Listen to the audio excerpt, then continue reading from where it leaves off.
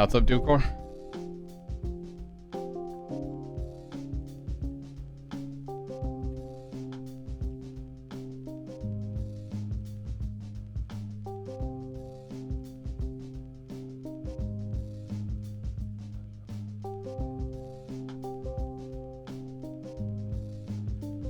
Alright.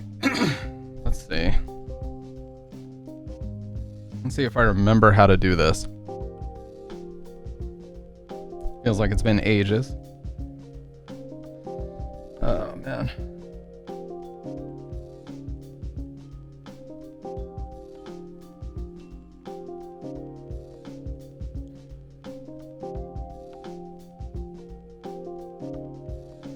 Got a fucking bump on my nose.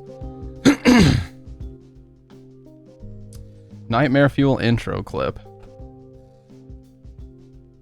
Oh no.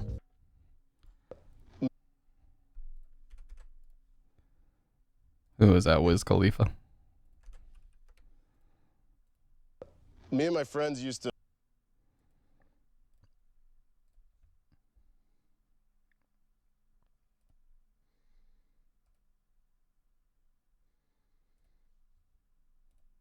Me and my friends used to feed LSD to this little retarded girl in our neighborhood. Yeah. And we'd lock arms around her and go, nightmare, nightmare, nightmare, nightmare, nightmare, nightmare, nightmare, nightmare. You can't do that. It actually cured her retardation. Oh.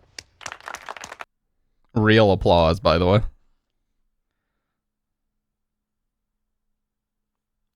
I failed to notice anything artificial about that applause. Dude, I've been, I tell you, I actually hit the gym a little too hard today, man. For fuck's sake. I was on the lat pull downs and my fucking tailbone has been sore. Hey, what's up, Future? Yeah, you clearly walked in at the right time where Dude Core was trying to frame me as some sort of fraud. Yes, I am drinking my electrolytes and my protein, but I just, I don't think I pulled anything. I just, like the bench for the lat pull downs where you sit and like pull the bar straight down. I lean back and I pull it down in front of me. Look, by the way, you can't really see, but look, I'm not going to flex on stream, but look, I mean, the shit's getting pretty big, dude. I'm not going to lie. You know what I mean? You can't really see it because the shirt's so dark, but best believe it's getting pretty big. Anyways. Yeah, the bench for the lat pull downs was kind of narrow, and so just and I don't know, something about the way I was doing it. My fucking tailbone is sore as shit now. What's up, by the way, Future? So I did something that some of you will listen to, and you'll immediately say, "Yeah, that's typical stamp idiocy right there." But some people will say, well, no, I think everybody will agree that it's typical stamp idiocy, but I bought another SM7B. So I've talked about this before. There is a weird thing that they did with the newer refreshes of the SM7B where, but let me explain, Future. There's a weird thing they did with the new ones, right? Where they messed with the tuning, and the new ones have an under label that goes down here, like down across the bottom. They'll have a label down here as well. This person is from Puerto Rico, and I could see it was an old refresh, like the box was old and everything, and I even asked them for the serial number, so it's actually the same run as the one I'm talking into now. So I'm just gonna sell my newer one that has the weird boosted highs, because I don't fucking like those boosted highs at all anyway. So I'm just going to sell that one and just stick with my old ones here. The old runs. Again, another example of a company changing something that didn't need to be changed to appeal to absolutely nobody. What's up, Shadow? Yeah, I saw the double clip. But yeah, I said that to Jordan, aka Wang, in my zipper, and he was just like, another one to add to the pile. I'm like, what are you talking about, pile, dude? I've only ever owned... Yeah, I'm selling the old one because I don't like the way it's tuned.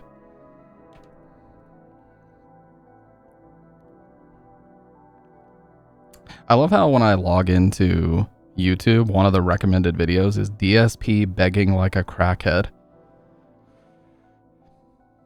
Yeah, I'm just replacing it. I don't like what they did. Yeah, around 2020 or so, they refreshed it. They also put it in a different box, which I could show, but it doesn't really matter.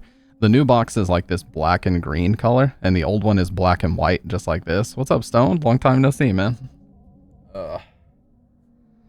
But yeah, the new box is black and green, and as soon as I opened it, I noticed like the coating is slightly different. Like the matte coating is a little bit different. They changed the tuning very slightly. It's like, man, why are you guys messing with something that doesn't need to be messed with?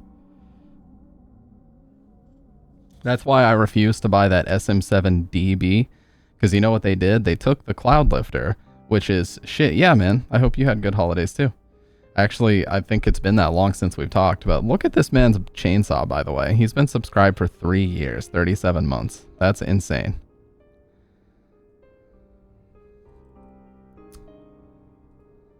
$37 months, dude. Over 3 years you've been watching my streams. And you know what? The degeneracy levels have not reduced whatsoever. Yeah, I decided to make the black chainsaw the longest. Actually, technically the longest is the SM7B, but I have to change that because I don't think I'm allowed to use that. Teehee. I was thinking about commissioning someone to make like a pixel art version of it. You know, like my logo here that pops up. I don't think I'm supposed to be using this SM7B. So what I'll do is commission somebody to make like a pixel art version, and then that'll be mine. But I don't really guess I need that there at all. Anyways, yeah, point being, I hate when companies unnecessarily change shit. And it really needs to stop. But at the very least, they last a very, very, very long time. This one right here, I have it inverted right now on the stand. As you can see, usually this logo is not visible and it's just blank on the top. But this one I've been talking into virtually every day for the past 5 entire years. And it still functions and looks brand new, because I try to avoid putting my hands on it. I notice a lot of people when they're on podcasts, they like grab the mic, and Ludwig does that a lot. He just grabs the mic and holds onto it. And then they take their hands off and you see like a big fucking sweaty handprint. It's like, bro, what are you doing? Shit's gonna get all shiny. Don't do that.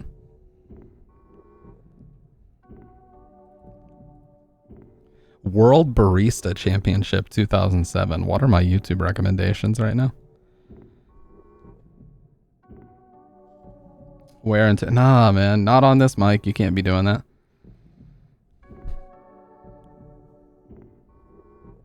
You cannot be doing that. It looks terrible. And then you go on eBay and you look at some of the used ones, and I swear it looks like somebody just dipped their hands in Crisco and just fucking went all over it, you know?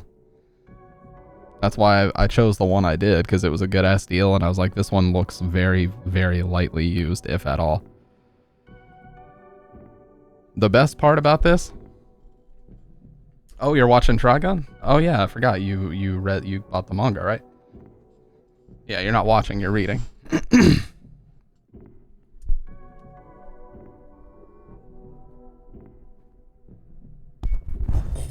This is the best part. Sorry about that sound.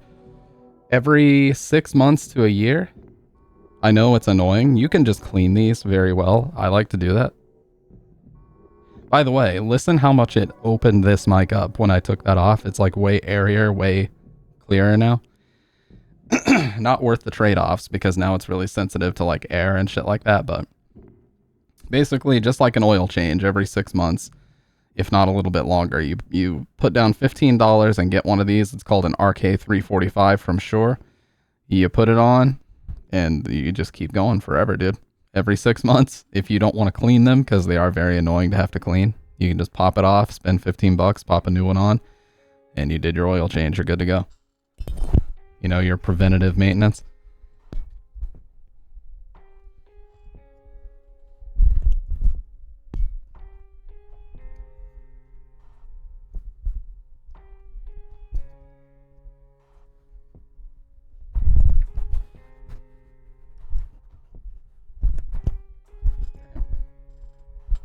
I did not want to click into place. Holy shit. I do appreciate the build quality of Shure and Audio-Technica. Granted, I also do think that they over-experiment and make slight alterations to things that already work. Yes, I have been doing the opposite of singing its praises. I've been shit-talking the Cloud Lifter. The Cloud Lifter is this thing that people just universally think you need to buy. When you buy a Cloud Lifter, you go on Amazon, you will see that, in fact, everybody and their fucking brother has bought not just the SM7B, but they also automatically went and bought this thing called a Cloud Lifter CL1. And it's this blue box right here. This thing. Now, Dudecore was smart. He bought a newer version that actually, he bought this, which actually is like useful and lets you change the impedance so that it's, you know, you can calibrate it and actually use it. This thing is actually really good. So if you're going to buy a Cloud Lifter, you might as well get this one, but it's kind of expensive. Everybody buys this one. And for years and years, I used this one. And I would sit here and talk into this mic, and Bridget knows it would drive me absolutely fucking insane. I'd be like, do you hear that hissing? Do you hear that noise in the background? What is that? And she's like, yeah, I hear it. And I'm like, that's not right. It's not supposed to be that way. And it turns out that this does not work well with the Go XLR, which is only one of the most popular streaming interfaces in the world. It introduces loud, hissing white noise. So I switched to this, which I posted about in the Discord. This is going to open in fucking Firefox, isn't it? Of course you would. I switched to this one, the Cathedral Pipes Durham, which is a cheaper version, because I was just going to experiment around. I'm like, okay, I'm going to try like 3, 4, 5 of these different inline preamps and see if any of them are better. Well, it only took me one to find out that yes, it literally eliminates that noise. Like, you have to listen so closely to even hear a hint of it now. And it's cheaper, and in my opinion looks nicer. It's less obtrusive because it's not fucking huge. You know, it's probably like half the size of a Cloud Lifter on your desk. I just put those little non-slip like dots on the bottom. So that's what you need to do. This right here plus this is a fucking magic combo for real. And I've used it for a long time. I'm not trying to toot my own little horn, but people do typically say that my audio is good. So that's the combo that I recommend. Yet I keep seeing on YouTube, SM7B plus Cloud Lifter unboxing, and guess what? Here's the ultimate irony. Shure refreshed the SM7B finally. They released it as the SM7DB, and guess what company they partnered with to put an inline preamp inside the bitch? Cloud. So they essentially put the Cloud Lifter inside the SM7DB, and then they want to charge $500 for it instead of $400. So, you know, for my use case, fuck that. If you want a Cloud Lifter, buy the one that Dudecore bought because it actually is useful, especially with this. But yeah, it's just not good. Yeah, 500 is insane. I will say though, Dudecore, I'm not gonna lie, dude. I was on the verge of picking up the black version of your mic, the RE20. Because I saw an eBay bundle that was like $479 for the mic and the Electro Voice 309A, that big ass shock mount that you have. But you know what, man? It's like, you guys get onto me all the time for never changing stuff, but there are some things that I just don't want to change. Okay.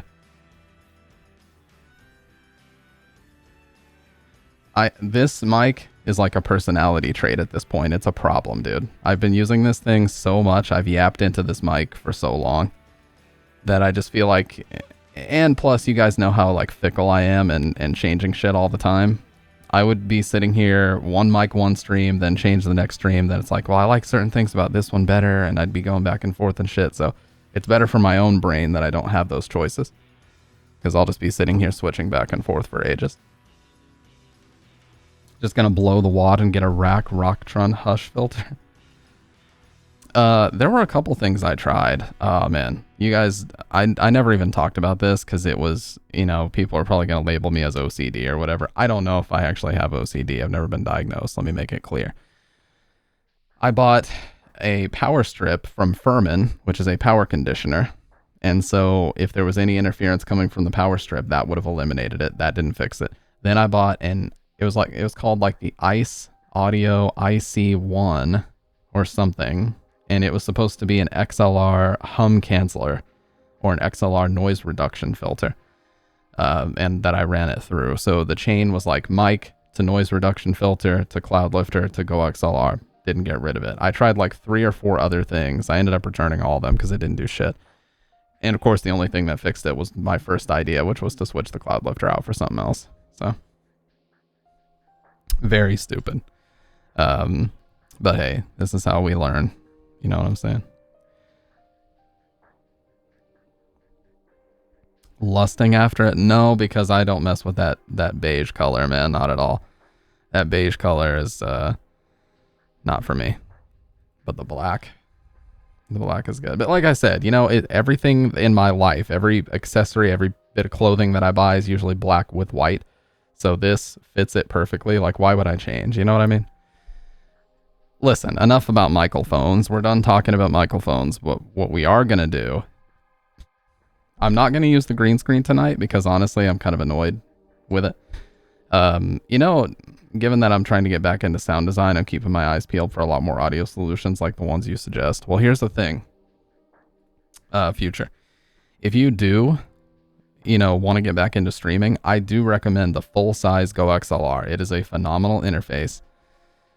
And actually just shop on eBay. I don't know what the market is like for eBay Japan, but just shop on eBay for the SM7B. You can usually get it for like 180 to 250. Easy. I'm not going to disclose how much I paid because I think it's, tacky as fuck to do that, but you have Mercari. Yeah. Yeah, I never disclose how much I pay for anything just because I think it's kind of just weird to do that. But, unless, people like demanded to know. The one time I did that was when I revealed how much I paid for a used copy of Downpour because it was both disturbing and shameful. It was way too much, but hey, you know what, dude? For the content, you know what I'm saying? For the content,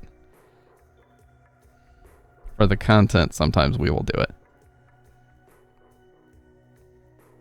Anyways, do you guys say we skip Nightmare Fuel tonight and get straight to the games, or we could watch the new Nick Crowley video, Internet's Darkest Videos, like 6, I believe. I just posted it in the Discord. Work laptop is due. Oh, it's due. As in shitty. I gotcha.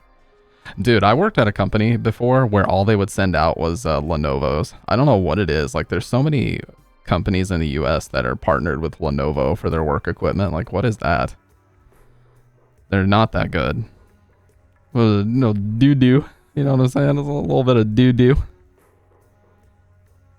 Anyways, we can watch the video.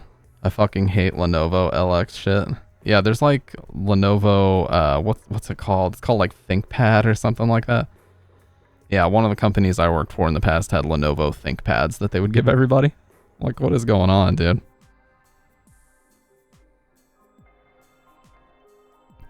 Dude, this is insane to me when I really think about it. The screen is less clear than my iPhone. L13s and L15s usually, yeah. Yeah, so the way I do my work setup is I have a floating... It's exactly the same. If you guys have seen my stream setup, I do the same thing with my work monitors. They're really cheapo monitors from Dell, and I just put them on the floating mount. They're like paper thin, like 1080p. I don't even know if they're 60 hertz, to be honest with you. Sometimes it seems like they're lower. But they're literally the bare bones, business grade, office desk ass monitors. And I put those on right in front of me, so one is dead center, one's off to the right, and then my laptop sits under it for a third screen.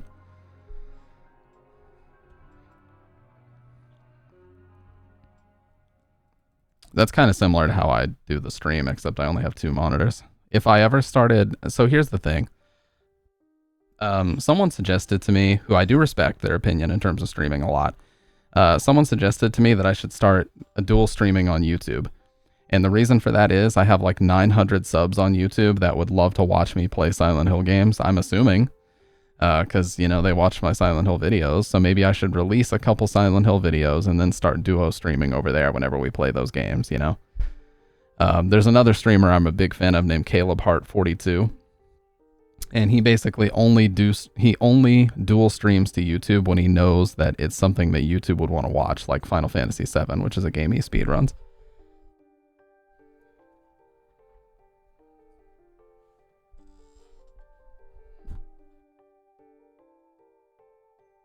I can't play copyrighted music like that, Dude Core, because I don't have the VOD split the way that YOLO does. He has his copyrighted music playing on a track that doesn't get saved to the VOD. I don't. So I'm just relegated to playing non-copyrighted music. But I'll get that set up. I could literally set that up after the stream. I haven't done it just out of sheer laziness, but I know how to do it. Oh yeah, I know the song. Yeah.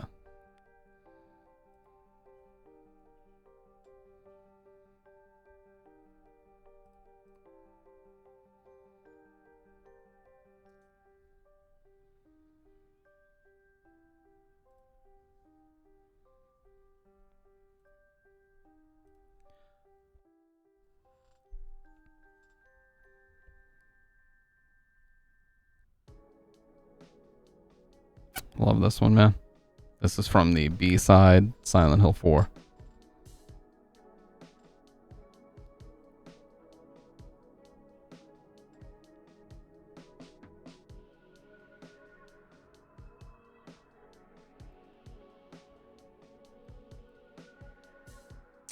Okay, so Nick Crowley. Alright guys, Nick Crowley did a new video. Let's do some Nightmare Fuel. Yeah, Darkest Moments in TV History 6. 2 hours ago this was released.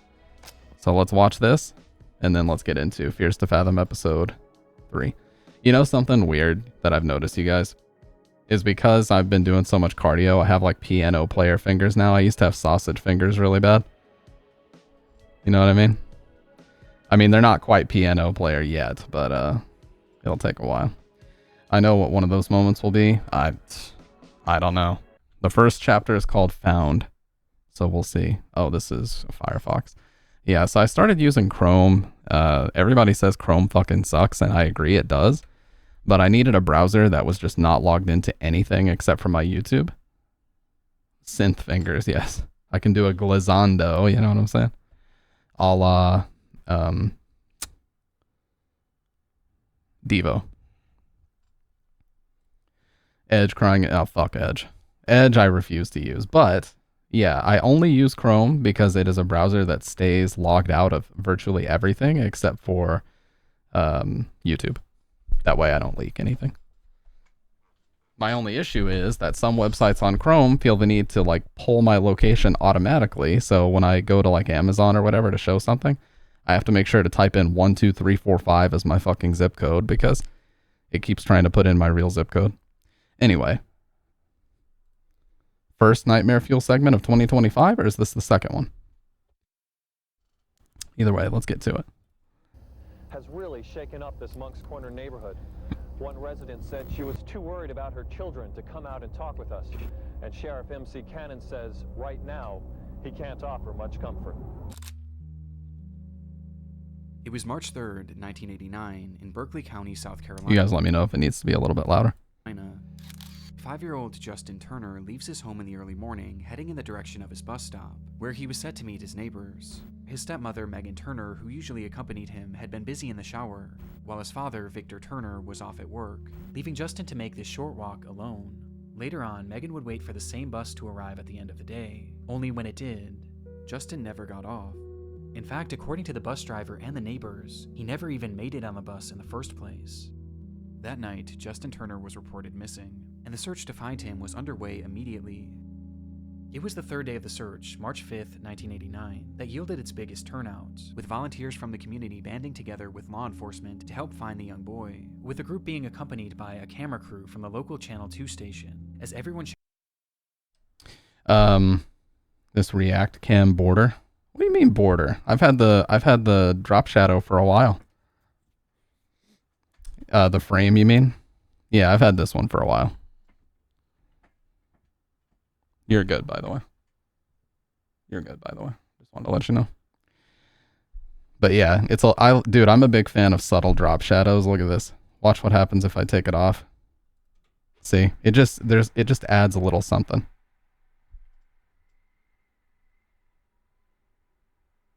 What is that? Oh, is that coming from the AC? That was crazy sounding. But yeah, see, when you put that little shadow on, it just adds a little something. So Bridget is like redirecting my AC vent so it's not right on me, and it was making this weird ass sound because it was like restricting the airflow.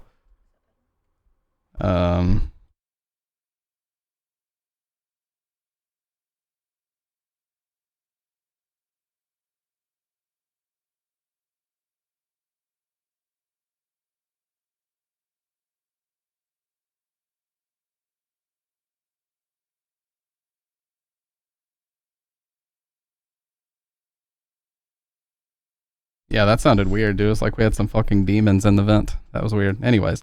Shared the same hope that the child would finally be found. And so they were off, with many searchers directing their focus on the nearby woods, while others, including Justin's own family, would search closer to the property as well as its neighboring land. This included rummaging around various sheds and piles of trash, as they were made to leave no stone unturned that day, with everyone geared up for a long, grueling day of searching. Though in the end, all they needed was a few minutes.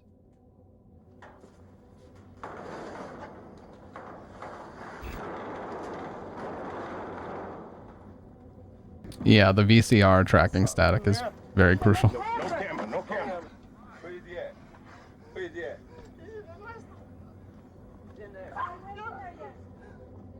Is that his dad? With the cameras rolling, we see the moment that Victor Turner discovered his own son, stuffed inside an old cabinet in his own camper, with his reaction making one thing very apparent. Justin was no longer alive.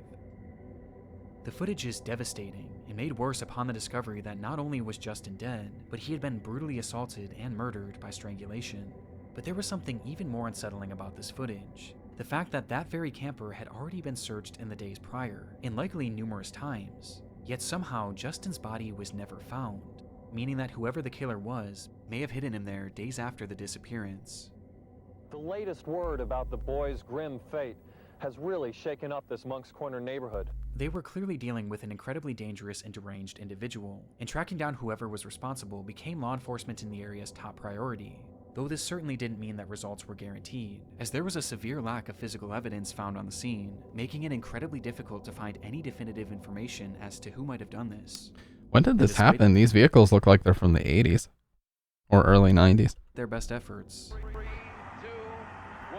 Happy New Year! 1990, yes, that was 89. A full year passed. It's 1991. And then 2. Oh, okay.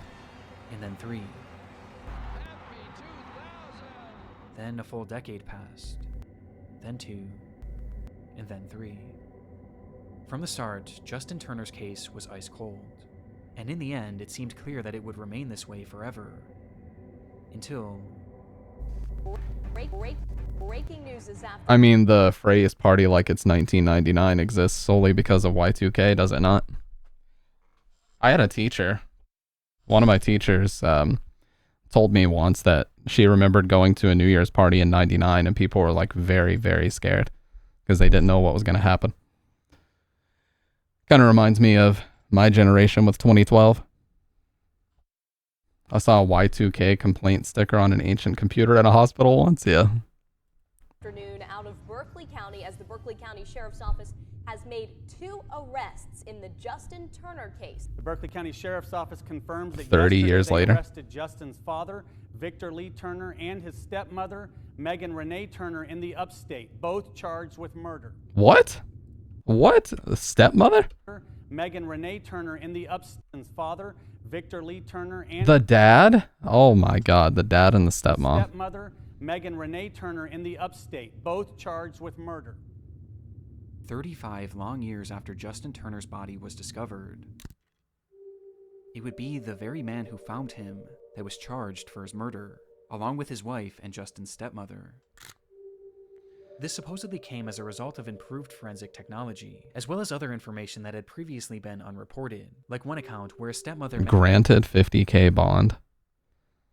Megan had been overheard talking about how she and Justin had gotten into a fight that very morning, with the woman eventually laughing about it and saying, "But I won that fight." From the very beginning, Megan was always considered a suspect in this case. With In your fact, child? She'd even already been arrested for his death at one point in 1990, but was swiftly released on account of a lack of physical evidence. And this lack of physical evidence is still a factor to this day, as the recent arrest of this couple hinged mainly on circumstantial evidence, with one of the key pieces being that news footage. Investigators pointed out a number of strange moments in Victor's behaviors and actions that day when they went back and reviewed the recording, with the most glaring being that he had found his son literally seconds into the search, entering that camper and going right for the drawer that he was hidden in, almost as if he knew where to look. And given that he owned the property and he owned the camper, it makes more sense as to how Justin's body could have seemingly just appeared there. Yeah, and they also said it had already been searched multiple times, right? As he and his wife were the ones who had the easiest access to it. On top of this, upon finding Justin, Victor didn't rush in to check on his condition, and he seemed to just assume he was dead despite only getting a quick glance. He didn't rush to hold him, he didn't yell out to him, he just backed away and told those around him that he had found his son. Shortly after, it's alleged that Victor asked a detective on the scene what would happen if a family member had done this, with this question supposedly being posed before it was even revealed that Justin had been murdered. The sheriff on the case later proclaimed about the footage, "You look at it, you look at the actions, you look at the body language. I'll let the people draw their own conclusion."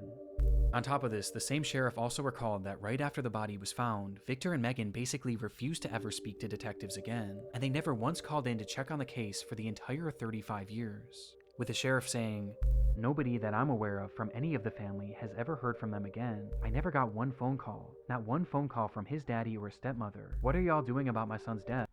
No way someone else did it and snuck it in there without them knowing. Clearly he had the body put elsewhere until the cops had already searched the camper. That way it could be chalked up to police incompetence, yeah. Not one. What does that tell you? Watching the moments that Victor found his son's body, now knowing the context, disturbing doesn't even begin to describe it. And the fact that it took 35 years for this couple to finally be placed behind bars is baffling. But things were about to get a whole lot more shocking. I was going to say, Shadow Man, you love these Nightmare Fuel segments. So. During our hearing, we requested that the charges against Megan and Vic be dismissed. We were very fortunate today that we got a copy of the order from the judge dismissing the charges against both Megan and Vic. As on June 7th, 2024, months after their arrest, Victor and Megan were released from prison and all charges against them were dropped, with the judge citing a lack of any new conclusive physical evidence, as well as the fact that nearly 20 people who were initially involved in the case, including witnesses and those who initially provided key testimony, had since perished, with the judge believing that it was now impossible to get the full story. On top of this, it was also discovered soon after the arrest, a notorious serial killer just so happened to be in the area on the day of Justin's murder. His name was Richard Evanitz, and though it's unknown how many victims he truly has, it appears that at least 4 kidnappings and 3 slayings have been attributed to him, with some of these victims being taken in broad daylight when they were getting off the bus. Richard has long since passed away, and there's really no verifiable links to prove his involvement with this crime, with this potentially being just a strange coincidence, as it is worth noting that it seems like the rest of Justin's family still believe that Victor and Megan had killed him. But all of this left the case in a position that the judge felt was unsolvable, leaving the case without conclusion and without justice. Meaning that in this footage, we may never truly know if Victor had just discovered his son, or his victim. Not the ending I was hoping for, but... Search is over, but not in a way anyone wanted to see. Divas que não recomendamos para crianças nem para pessoas sensíveis.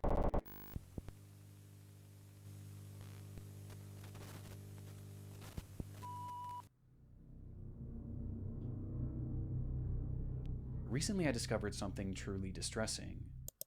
I was being double charged for Netflix. Oh my god, the fucking... Alright guys, warm up the wrist. You know how it goes. Warm up the wrist and start mashing. Until we don't see Nick Crowley anymore. Alright, there we go.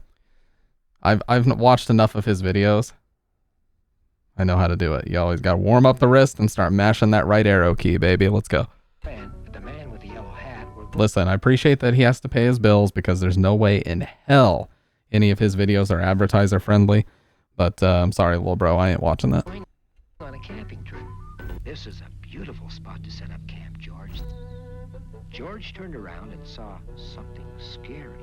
Rocket Money, Shadow Legends, just combine all of them. There seems to be something What about Raycons? innately interesting about survival shows. For decades, audiences have been enamored by depictions of people pushing themselves to the limit in order to survive harsh and almost inhumane conditions. Most notably, and one of the more tame examples, is Survivor, which no doubt popularized the genre, as it isn't just a staple of television in the US. Oh, okay. So I thought they were going to talk about, I don't know if you guys know this, there was a contestant named Keith on this show way back when. They had a fire going on their campsite, and he literally like was exhausted, and he nodded off and fell asleep and fell forward into the fire. It's like one of the craziest things that's ever happened on that show.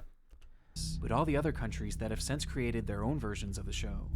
In France, the show is called Koh Lanta and was created back in 2001 by the company Adventureline Productions, or ALP for short. Yeah, Stone. So Survivor, if you don't know, is like a reality show. It's not, obviously, they're not really out in the wilderness by themselves, desperate to survive. But yeah, they are in whatever area, like if it's the outback, they've done Gabon, they've done basically everywhere. That's like a deserted island. And yeah, so one of the things that they do is they film these segments where they're like deciding who to vote off the island.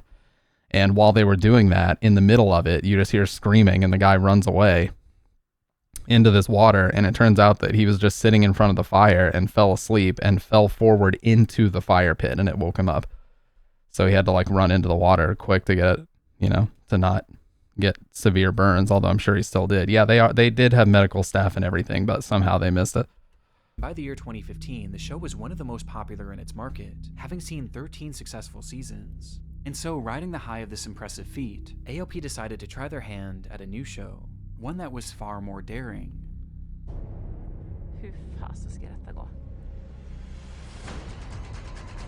Oh, well, this doesn't have disaster written all over it. No food. No help. Oh, here we go. Reality TV, baby. The show was called Dropped and would follow two teams of 4 contestants who would be blindfolded and dropped into an undisclosed location each week via helicopter, with each team having the same mission: make it to civilization, charge a phone, and make a rescue call. And the first team to do so would win, while the losing party would have to vote one member off. By the way, I'm sorry to keep pausing, but shows like this, you guys, are complete horseshit. I used to do transcription on the side, and what I learned in my time doing that, now listen, I did have to sign an NDA, and I guess I'm still beholden to that, so I can't say what shows I worked on, but let's just say I worked on a lot of reality shows, and they were behind the scenes footage, where a lot of things that happen in said reality shows were being directly coached by a producer. I mean, they would ask a question, and they would want the person to answer exactly how they wanted them to answer, and if they didn't get the answer, they would do a reshoot. And then I would transcribe and do subtitles for what they were saying. So, shows like this, 100% coached, 100% scripted, complete bullshit. Really interesting idea, but it also already had a proof of concept, as there was actually an identical show being made in Sweden at the time that was already well received. Though Dropped wanted to turn up the interest even more, and that's exactly what they did when they announced that the cast would be composed solely of famous athletes, most of whom turned out to be French Olympians who were already well beloved in the country. It had all the makings of a certain success, though in the end, this show would never actually make it to television, with the showrunners proclaiming that the program would not see the light of day. Well, we know somebody probably died. To the events of March 9th, 2015. Dude, I swear half of the events in these take place in 2006 or 2015. What was up with those years? Something fucked up, some weird energy going on those years. It was the start of their second episode. The first had seen the elimination of professional footballer Sylvian Wiltord after his team failed to make it out of the wilderness first, which left 7 contestants who were now ready for round 2. The day's shoot began in La Rioja, Argentina, with the cast being blindfolded in preparation to be loaded up into their helicopters and dropped at their next location. Olympic gold medal swimmer Alan Bernard was one of the first to step onto the craft, but was quickly told to exit, as his team had been the first to be dropped in the last episode, meaning that to make it fair, it was time for the other group to go Sorry, first, I'm sore as thus shit. giving them slightly more time. And so he stepped off the craft and waited with his group, as the other team instead loaded in. There were 2 helicopters on the scene. One was set to carry 3 contestants, Florence Attu, Samil Mouffe, They come to the line, and Mouffe touches and just gets there. and Alexis Vastine, along with a crew member and 1 pilot. Meanwhile, the other craft was strictly for the crew, holding 4 production workers as well as a single pilot, with Alan Bernard and his group staying on the ground with their backs turned to the craft, as they eagerly anticipated the return of those helicopters to then take them. And so, with their blindfolds on in the pitch darkness, the team listened, as they heard the sounds of the crew cheering on a successful takeoff, though the cheering would be cut short by an awful sound. The sound of crushing metal. Did they run into each other? Again, he's using Silent Hill music.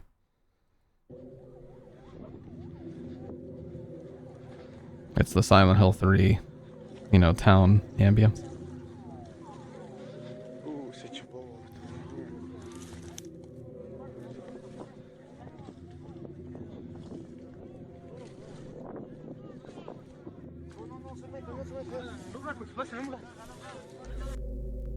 The aftermath was recorded on the cell phone of someone standing nearby, showing us a large group of people rushing towards a massive plume of smoke.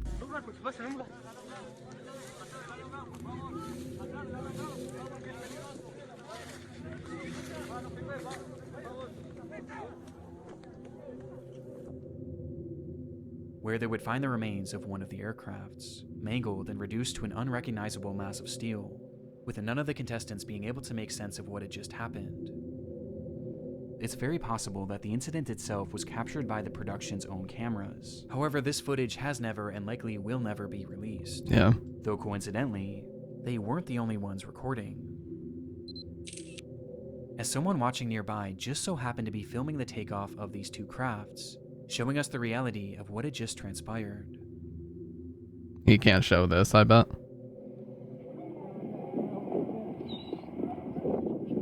They run into each other? Yep, they did. They drifted into each other.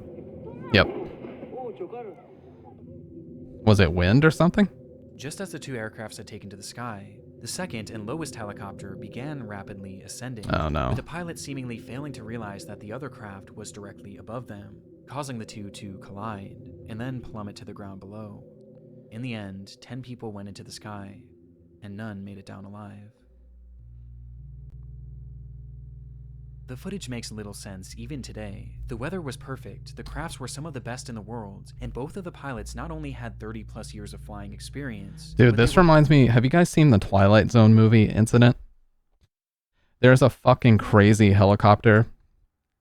Well, it's kind of a helicopter accident and kind of a demolition accident that happened on that movie, where the idiotic guy in charge of the demolition, he wanted like the most, or the director, it wasn't the demolition guy.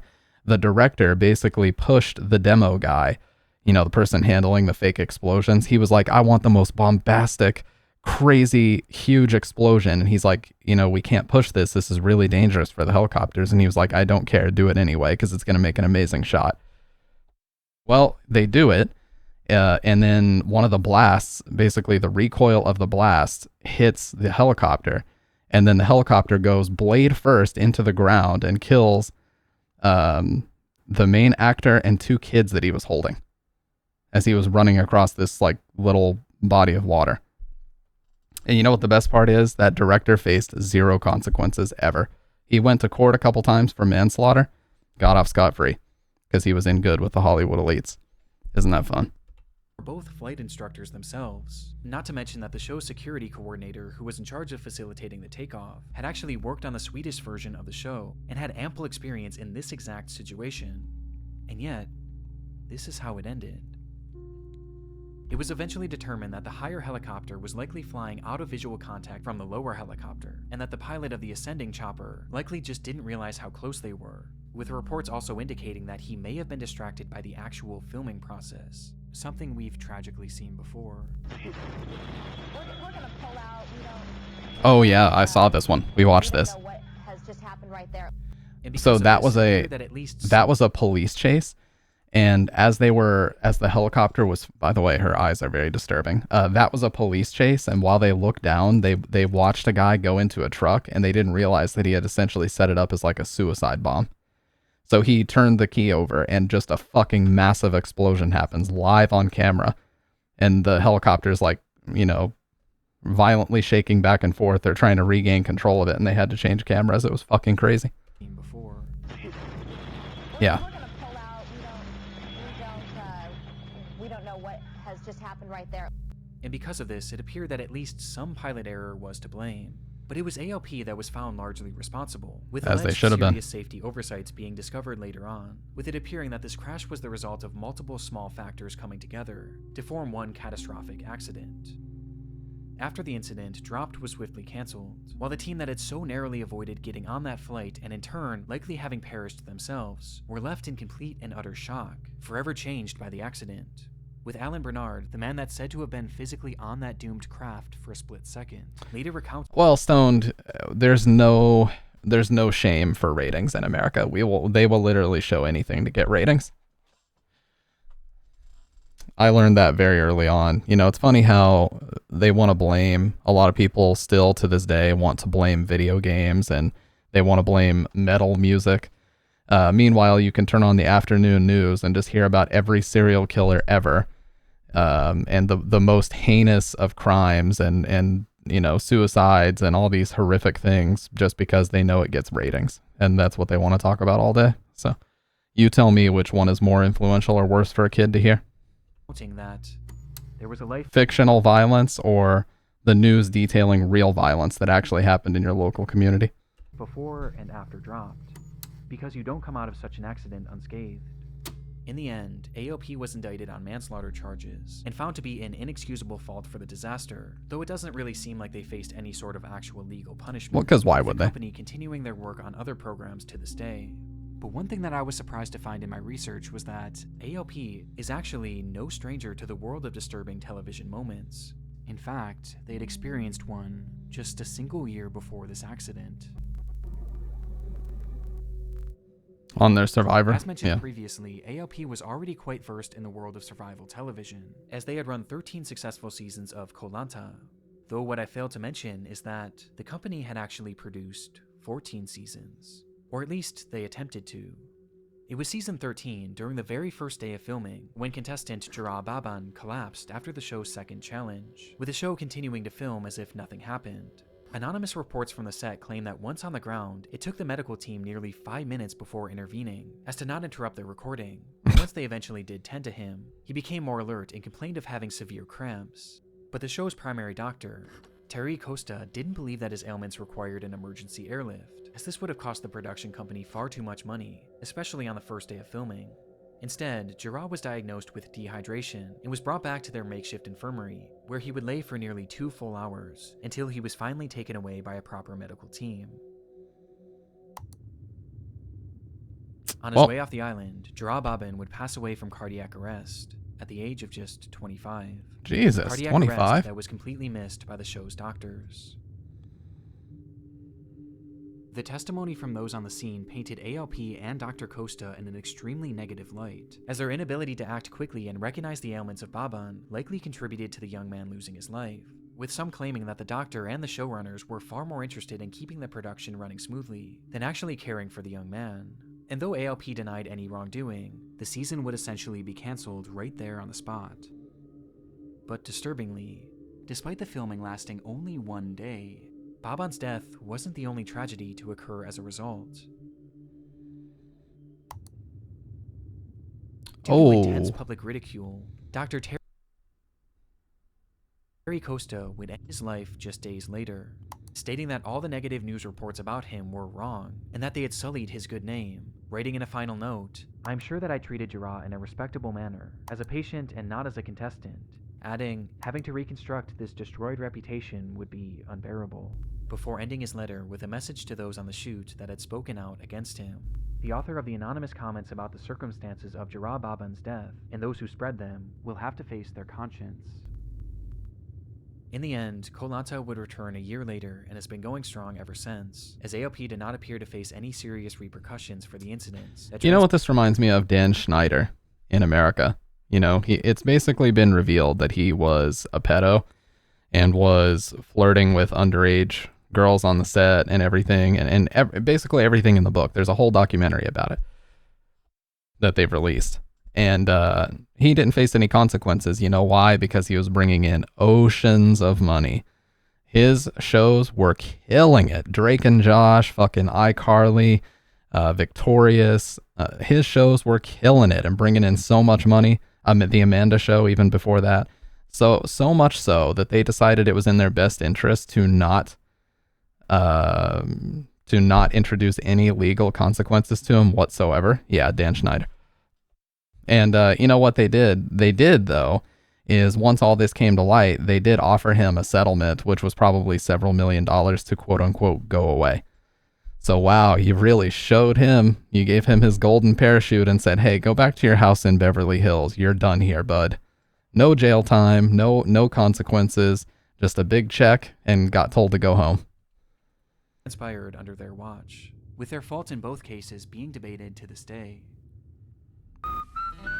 So that company, that production company that did Koh Lanta and Dropped, they face zero repercussions because I bet you both those shows are successful. And the producers would rather that money continue coming in than to see anybody locked up that can basically print money by putting these shows on TV. Oh, reality TV and our priorities, huh?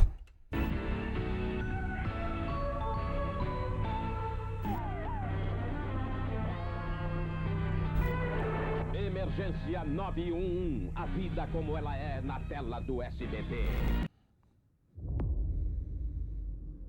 It's July 5th, 1993, in downtown Sao Paulo, Brazil. A doorman working at a busy office building looks up to the sky and notices a woman sitting on top of the structure, her legs dangling 7 stories above the pavement below, one wrong move away from certain death.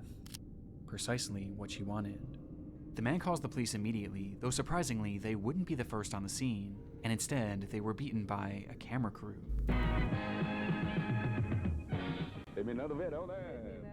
The group was from the show Aqui Agora, a news program from the network SBT that had become notorious for their sensationalized and shocking stories. In their history, they had captured live footage of police riots, kidnappings, and pretty much future. Which they would then broadcast on air as part of their show. And this unfolding situation was their content for the day. Wow, so even in 1993, we had content brained people. E quando nós chegamos ao local, o corpo de bombeiros chegou, os bombeiros chegaram junto conosco. O que é um suicídio? Onde?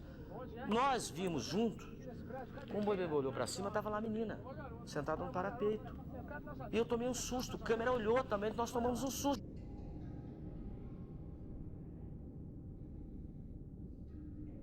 Her name was Daniele Alves, and at the age of just 16, she had entered that office building and climbed up to its roof with the hopes of ending her life.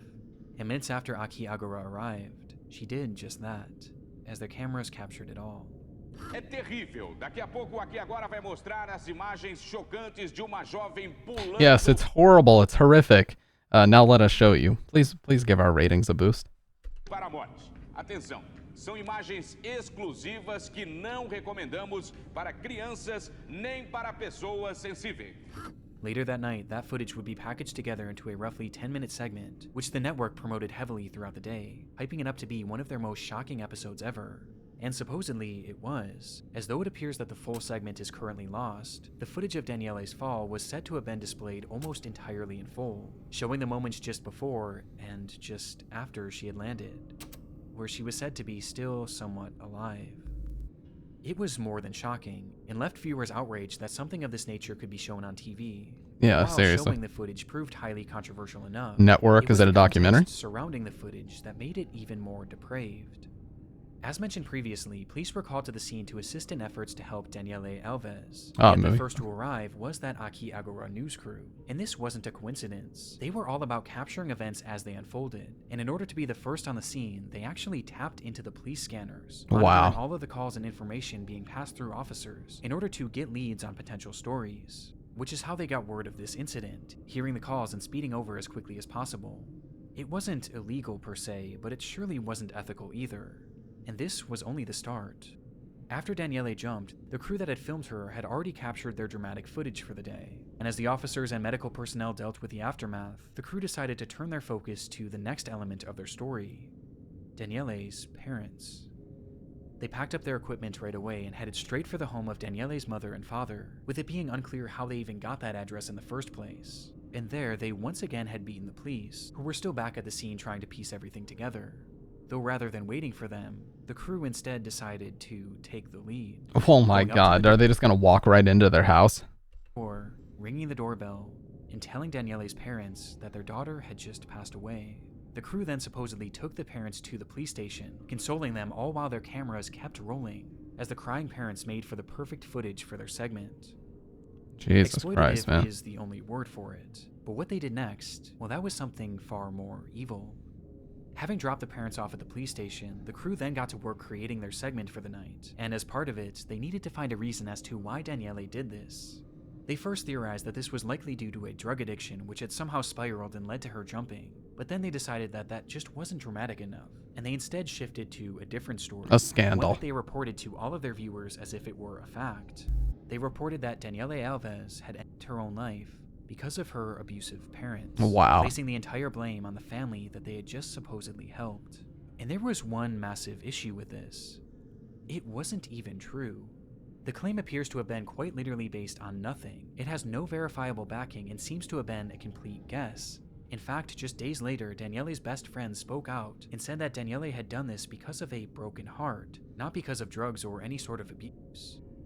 It's sickening, as the crew cared so little about Daniele's own story that they seemingly just made up their own.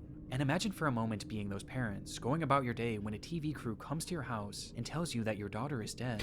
And this is 1993. You have no Twitter. You can't go to Twitter to make a twit longer. You have to hope that like a news organization will put you on so that you can plead your case, because your reputation's been ruined on national TV. Now you have to go on national TV yourself and try to repair it, which is way harder to do than making a social media post. So yeah, I would imagine this is not going to have a good ending. Despite consoling you, those same people then broadcast your daughter's death for the whole world to see and blame you for it. Naturally, this didn't go without repercussions for Akiagara, who had crossed the line in the most soulless way possible, and the effects were swift and powerful, as the rating soared 33%, making it more popular than ever before. The network would end up being sued by Daniele's family, who was eventually awarded $1 million as a result. But realistically, no amount of money could ever be enough, as the show's actions permanently affected that family and destroyed their grieving process in a way that I can't even wrap my mind around. But this did little to slow down Akiagara, as they remained on the air for 4 more long years, during which they leaned even more into these unfolding crime stories, leading to them witnessing numerous other deaths, and even being taken hostage themselves on multiple occasions. And the more I researched this topic, the more insane the segments I found became, with by far the worst being an old episode where they recorded a man who was threatening to jump off a bridge. It was a very similar situation to Daniele, though this time the crew was much closer, so close in fact, that the host actually moved in and started interviewing the man as he was hanging there.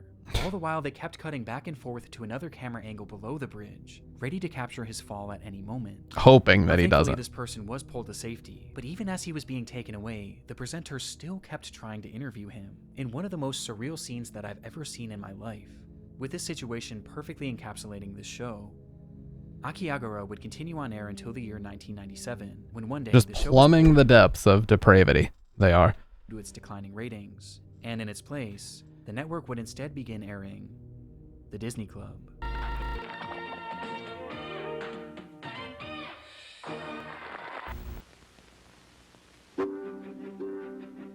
You look down the track and there is a train coming toward you. What do you think would happen? It was an exciting day for the crew of the upcoming movie Midnight Rider, the Greg Allman story. I don't even know, man. I mean, it's the modern day Kick streamer is like the equivalent of that. You know, there was a story of a girl on Kick. I'm not even going to say her name because even though I have no clout to give, I'm not going to give her even a single crumb of clout. She took advantage of a clearly mentally impaired, I'm not sure if she was on drugs or what, homeless lady by telling her she would give her $20 if she jumped into a river. So she jumps into the river and then starts screaming that she can't swim, and then they just immediately say, oh shit, and then run away. They run away, and somebody has to like jump in and rescue her. And later on, as they're driving on the road, because they just ran like fucking dipshits, they hear like a bunch of emergency vehicles passing to try to rescue her. Yeah. It's like that's the modern day kick streamer is the equivalent of that show. So it's existed for a long time. If someone were hanging off a bridge attempting to commit suicide, a kick streamer would run up and try to get clout by interviewing them. Spent planning and scripting for this biographical film about Greg Allman of the Allman Brothers. And this day, February 20th, 2016, would be the day that they would finally start filming. It was nothing more than a camera test, a day in which the crew would practice filming, as well as getting acquainted to their equipment and new co-workers. But for the group of 20, the excitement in the air was palpable, as they were given access to a stunning piece of land in Nahunta, Georgia. So stunning, in fact, that the film's director, Randall Miller, just couldn't wait to begin the actual process of filming. Slicing through the property was an old railroad that had crossed over a scenic bridge raised high above the Altamaha River, the perfect location for a shot that Miller had been envisioning. It was set to be a dream sequence where Allman's character would I've wake heard up on a about this. hospital bed in the middle of the tracks and see a vision. This was actually on a very old Mr. Nightmare video about tragedies during filming movies and TV shows. Of his brother, and it was a shot that Miller just had to have. However, there was one major issue. The crew was given permission to film on the property, but not the actual railway, as this was owned by a separate company named CSX. And when Miller asked them for permission to film the shot, he was denied multiple times, as these tracks were still very active, making it far too dangerous. But being on location and seeing that bridge, Miller couldn't help himself. And so he directed his crew to set up the scene anyway, believing that they could quickly steal a shot without anyone noticing. Miller had supposedly done his research too, and discovered that only 2 trains were set to roll through the area that day, and he knew the general intervals in which they were supposed to pass. Based on this, he figured that those trains wouldn't arrive for a few hours, giving them more than enough time to film the movie's very first scene. Yeah, so absolutely. They quickly set everything up, rolling out a metal hospital bed and placing it towards the center of the bridge, with Miller assuring his crew that this was in fact safe, and that they had nothing to worry about, as the camera began to roll. Minutes later, the bed began to shake, and the silence around them was shattered by the sound of a whistle.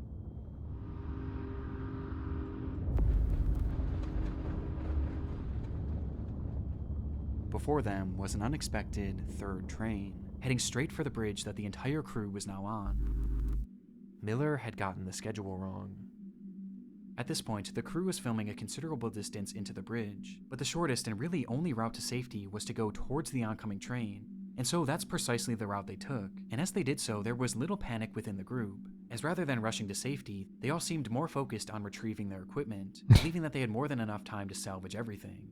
As after all, losing this expensive equipment on day 1 would have been devastating for the production. They likely had no idea that from the sound of that first whistle, they had just 60 seconds until the train would cross that bridge, whether they were off it or not. As they began to realize just how quickly the train was approaching, their movements became more hurried, which is where one major problem occurred. That metal hospital bed. It was incredibly heavy on its own, and though it was designed to roll, its wheels kept getting caught on the tracks, and worst of all, it was set up horizontally, which essentially turned it into a barricade. And despite their best efforts to save everything, their time was up, and as the camera continued rolling, the train would arrive. I didn't think there was actual footage of this, but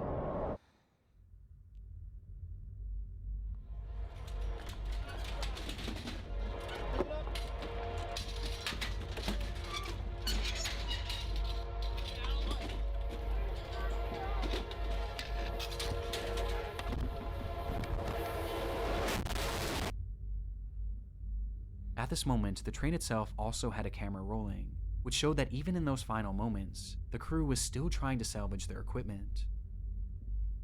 What happened next was a blur. Some were able to leap to safety, while others managed to jump to the side and cling onto the bridge. But there was still one thing that remained in the train's path. The bed. That hospital bed. which, upon impact, was torn to pieces. Pieces that were flung all over the area, striking multiple crew members and leaving many injured. But it was 27-year-old filming assistant Sarah Jones who was struck by the largest fragment, with a force so strong that it caused her to fall directly in front of the train. In total, 7 crew members were hurt but alive, while Sarah Jones had tragically been killed. Yeah. The very first day of production, in the very first shot, That was in a very old Mr. Nightmare video. That's the only reason why I knew about it. the unthinkable had happened. And when it came to passing the blame, most turned their attention to Randall Miller, as he was the one who ordered the scene to be shot despite being denied permission numerous times. And this public disdain towards him only grew as he and his production company denied any responsibility, and instead, they blamed the railway company. Just 1 week after the incident, Randall Miller requested a new permit to begin filming Knight Rider once again, asking if they can begin as soon as possible. This, however, would never actually happen, as he was instead arrested and given a 1-year prison sentence for manslaughter, as well as a 10-year ban from directing any films, a mandate that he would actually go on to break, though he was swiftly forgiven, and today he continues to direct. But while it's easy to focus on the morbid nature of this case and the man responsible for it, there was one unexpected outcome of this horrific accident. Upon her passing, Sarah Jones' parents set up a foundation called Safety for Sarah, which pushed for safer working conditions on film sets. Hey, what's up, Dr. Red? Bringing to light a number of safety concerns that were often brushed aside and ignored. And all in all, their efforts have made TV and film sets significantly safer, giving their daughter a purpose even after her death. I don't know, Wang. We'll see. On top of this, Sarah Jones was also honored by countless production companies across the world, as crews began writing her name on their film slates, with there ultimately being over 2,000 of these tributes for her, from some of the world's most well-known productions. But by far the biggest tribute was when she was honored at that year's Academy Awards ceremony, a stage that she always dreamed of making it to.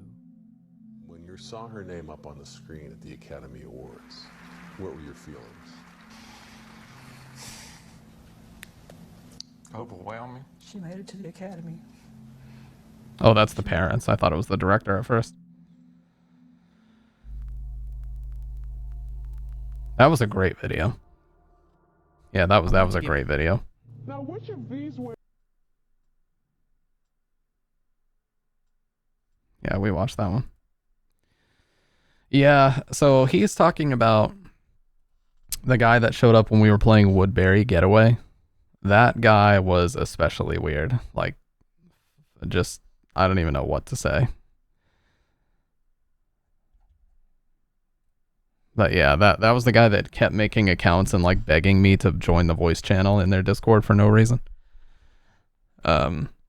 Which obviously I'm not going to do. Fucking weirdo. But yeah. Yeah, well, yes, it was partly my fault. That I will admit. Yeah. Anyways, let's play Carson House. Here's the Fathom episode free.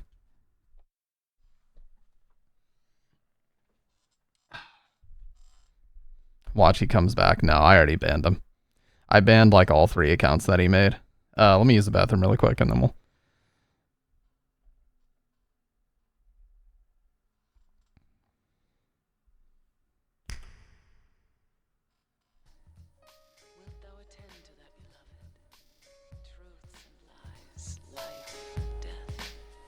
Game of turning white to black and black to white.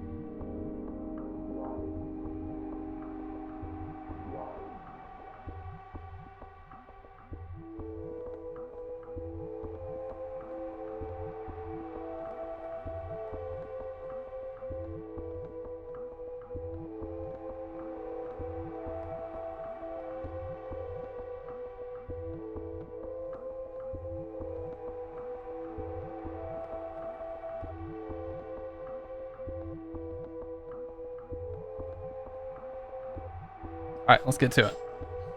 No green screen tonight, like I already said.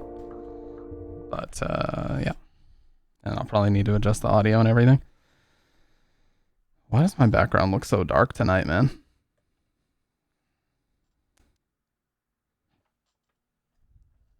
Oh, that was why.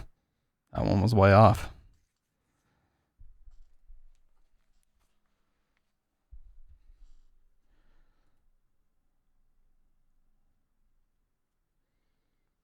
You've heard of dry January. What about dark January?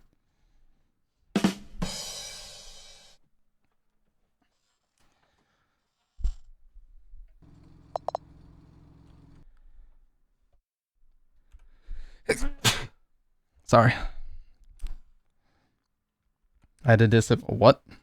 Did you see the transition got all fucked up? I had to move my shit for a second while I sneezed.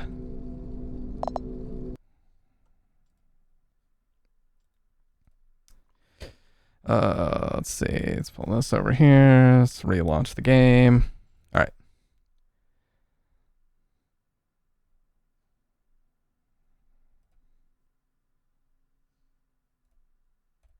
There we go. Nice. Has the touch mute feature like Phil? No.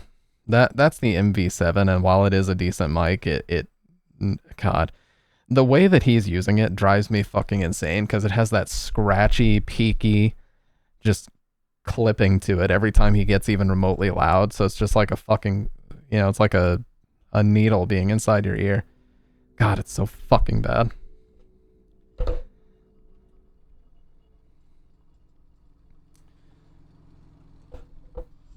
Sorry, I tend to get upset about these types of things for no reason.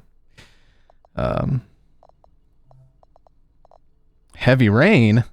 That's the title of a video game.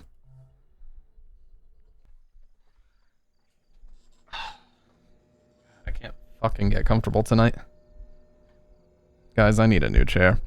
My name is Noah. I'm a 28-year-old male from the Midwest. I have no idea why I'm sending this, but I hope my story can be a lesson.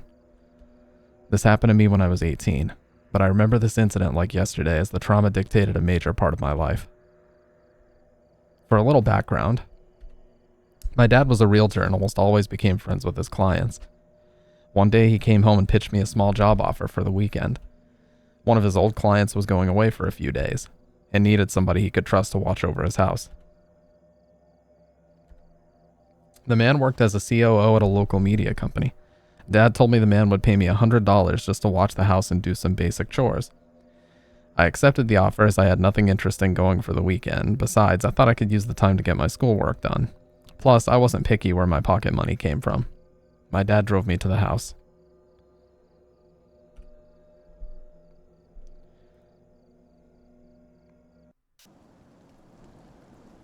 Whoa, this one is really smooth. Yeah, this is when the optimization started to get better for these two, because the first couple are actually really badly optimized. Sorry to say. Sorry. God, fuck. The keyboard feels like it's a mile away, man.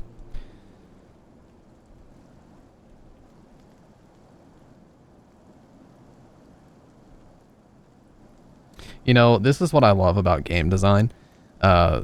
Someone pointed this out to me the last time we played this, but this laundromat and this exact road is in the game later. He actually reuses this, but you can't go inside the laundromat, so he's reusing, like basically copying and pasting the neighborhood so he didn't have to render it again, but you don't notice because it's a dream sequence at the beginning. Oh shit, let me also update the game. There we go. Gotta get in the category. Yeah, optimization solutions. I think that stuff is really cool.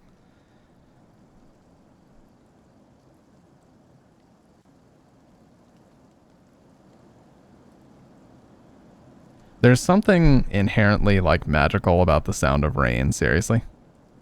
Or how a lot of reflections is just rendering the area twice. Tony Hawk's Pro Skater 3 Airport is a great example. Yes. Metal Gear Solid 2 is another great example where the reflections underneath, like the shiny floors on the boat, are literally just a softly rendered version of everything going on above it. So it's like baked in reflections, but it tricks you. It's really, really smart. Developers used to do that a lot. I'll tell you guys what the worst trend in modern gaming is, beyond a shadow of a doubt. You know what it is? It's upscalers, like DLSS and FSR and all this fucking upscaling technology that is basically designed to give older hardware more frames, which in theory is a great idea, and in concept it does work well. The only problem is the devs don't optimize shit anymore, and they just say, oh, well, the DLSS will bail it out, you know? Like Silent Hill 2 Remake performing badly on a 4090 is inexcusable. I don't care what anybody says, that shit is inexcusable.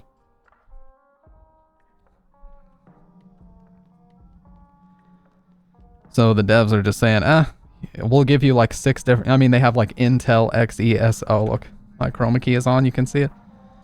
They have like Intel XESS, and they've got fucking AMD FSR. There's like 3 versions of FSR. There's 2 versions of DLSS. Like, they're like, you know what? Let's not optimize our game. Let's just put 6 different upscaling algorithms in here, and they can choose whichever one they want. How about that? It's like, sorry, but I don't think that's like a valid solution. That seems like a cop-out, if anything.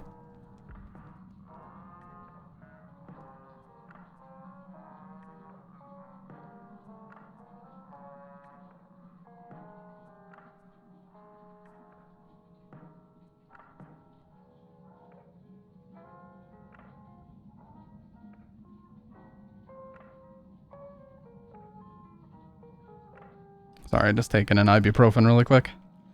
Got a bit of a headache brewing. I think it's mainly because I've sipped very little caffeine today.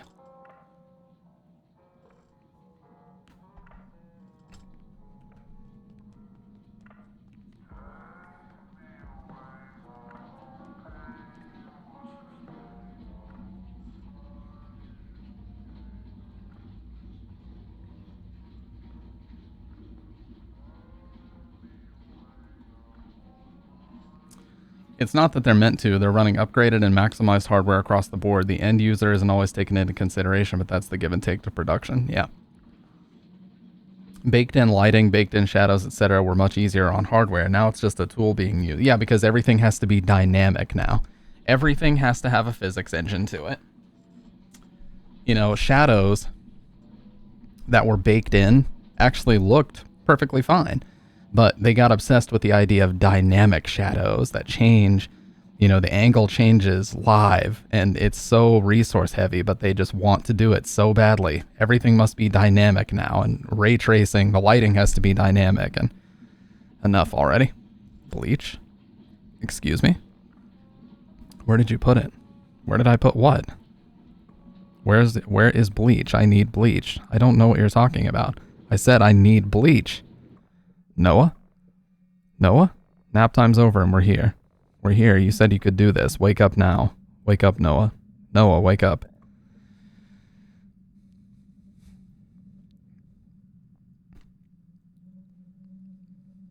Same thing goes for animation. We're not aware of what TV you have. We're still rendering out 4140 by 2160 for final render. Yep.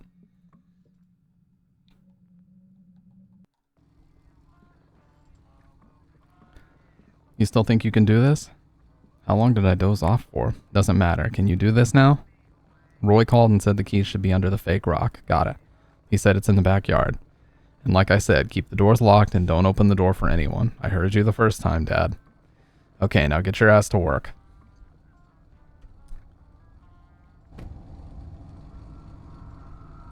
Yeah, it's kind of like the, it was a nice neighborhood. It's kind of like the whole conversation about, you know, release it now and patch it later has gotten so patently absurd that optimization is now even put on the back burner.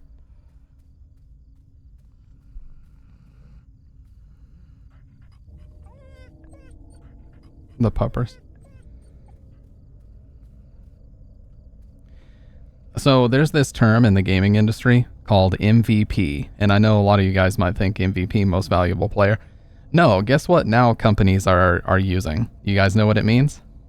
Don't Google it, because I'm about to say. Okay. Minimum viable product. So now when a company decides to release a game, they say, you know what, we could spend another 6 months optimizing this and getting it to this amazing standard, but we have investors to please, we've got shareholders. Let's just get it to the minimum viable product, meaning the minimum acceptable version of the game to be shipped out the door, and then we'll just patch that shit later. That's exactly what they did with Cyberpunk. Exactly what they did with Cyberpunk.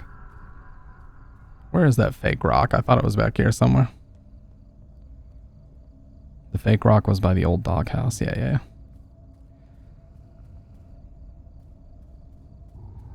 How could I forget that I had given her an extra key?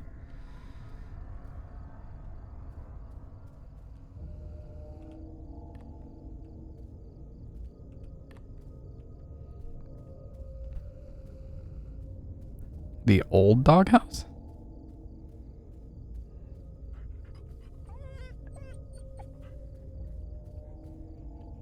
Oh. Yeah. Suicide Squad. Yeah, Suicide Squad's a great example too. Absolutely. And Concord. Concord was actually, MVP was a term thrown around a lot, apparently, in those internal Concord meetings where they were like, we just have another month to get to MVP, another 2 months to get to MVP. And they had to outsource a lot of that work as well. I'm just going to say it, the amount of money that was spent on Concord for such an awful concept is just baffling. They literally wanted Sony's video game equivalent of Guardians of the Galaxy, and they just expected people to eat that shit up. It was like $400 million they spent on that. Mr. Carson wasn't, yes, we piss all over the floor in these games, that's just what I do. Okay. Also, people use an insane amount of polygons these days, whether they're needed or not, putting more stress on hardware. Absolutely, Dr. Red. You know who made a really good scalable engine that doesn't tend to need that stuff? Capcom. The Resident Evil engine, if you boot up a Resident Evil game, if you boot up Resident Evil 4 Remake on PS4, Doc, you can speak to this. It looks good. It looks clean as hell. It performs well. Like, what the hell? Thanks for taking the job, kid. I really appreciate you doing this. I'm sorry I had to leave early. Mr. Carson? Evelyn Cooper. I'm honestly jealous of the cat. My bad, it's Roy. Got this contact from Walter. Work is really getting the best of me here. Oh, no problem, Mr. Carson. My pleasure, really. Haha, he's my dad. I like that little detail that the bubbles change to blue because he has an iPhone. And we enter his contact info. Yeah, Silent Hill 2 Remake's optimization was embarrassing. I'm not gonna lie. I had to like run that shit in DX11 mode and go through all the settings and like optimize my shit one by one to get it to work correctly. That's not acceptable. The dog. Oh, I'll take care of him in the house now that I'm here. You have nothing to worry about, Mr. Carson. Alright, so here's Evelyn Cooper. The school is full of assholes. I know, right? But I don't think you're an asshole. I don't think you're either. Wink. Well, I guess smile, not wink. Let me call you in a bit. Pick up. You're a lifesaver, kid. Speaking of him, I wanted to remind you it's his dinner time. If you could get him his dog food from the basement, right on it. Okay, let's see. Let me call you in a bit. Pick up. I really wish you could come tonight. Today at 2. Me too. Things you do to keep your old man happy. You know I haven't been a good kid to him. If your dad doesn't think you're a good kid, I don't even want to know what mine thinks about me, you raffle. I just think I really disappointed him with Kara. Not again, Noah. You have to stop beating yourself up about it. Wait, did that bitch call you again? Whoa. I just can't help but still feel so stupid. It wasn't your fault, period. Anyway, you've got some making up to do here. The Grudge next weekend? Wink, wink. 100% wink, wink. This little baby. I'm honestly jealous of Ava Raffle. IKR. I know, right? Just had the weirdest dream ever.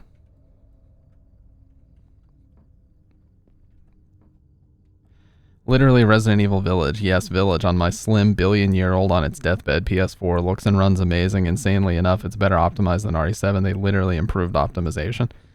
I mean, it was funny, so it worked on my stream, but that's inexcusable given my setup in the hardware sense. Yeah. No, dude, your frames on stream were insanely. It was like 28 FPS at all times, and then it would dip really low to like slideshow when a bunch of enemies were on screen. Mine definitely hovered in like 30 to 40 during the really busy sections. I realized this house was way bigger than ours. Let me give it a little bit more light there. I feel like I'm sitting really far back today for some reason.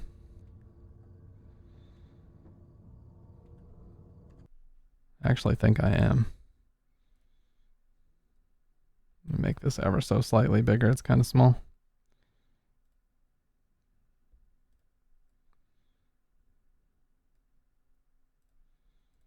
All right. Oh yeah, we gotta grab the flashlight. Mr. Carson's bedroom had this weird smell of wet clothes. Yeah, see, I would not want to go in somebody else's bedroom. Shit would make me feel weird as hell.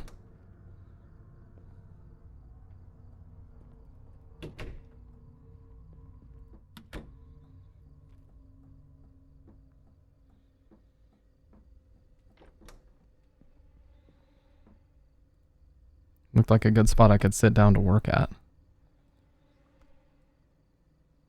I did have schoolwork to do, but I wasn't feeling it at the time. Dude, this mouse pad is pissing me off. Every time it keeps sliding around. I think there's dust or something underneath it. It's got a rubber base, but it just keeps sliding around all over the place. Let's go feed the dog. But I believe the flashlight's in here. Oh, yeah, it's there, but we can't pick it up yet because we don't technically need it.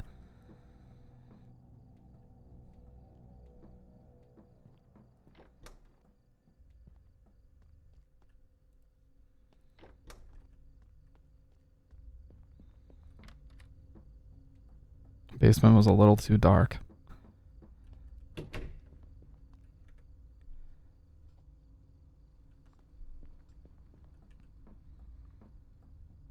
Oh, this is funny. Did they leave this in? It says something like the developer didn't feel like rendering out the garage. Yeah, Rail was too lazy to model the garage. I like that little detail, you know? Funny. It's comedy. I was done with it. I pissed all over his floor. Now we gotta cake mud onto his coffee table. Oh, they still don't let me. Okay, then.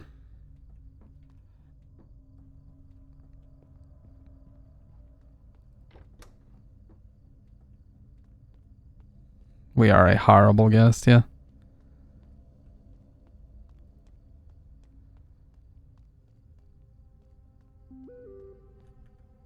Almost forgot. I apologize for those lights in the basement. You can grab the flashlight in the storage room upstairs. It's no problem. I already knew that.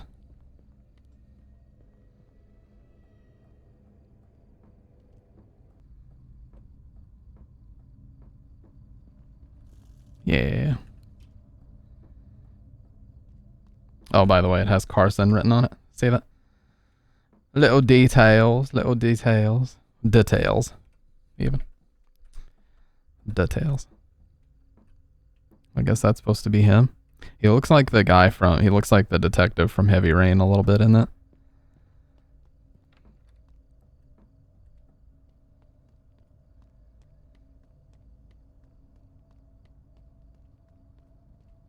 Deliberately place the dog food in an area that's like impossible to see without the flashlight.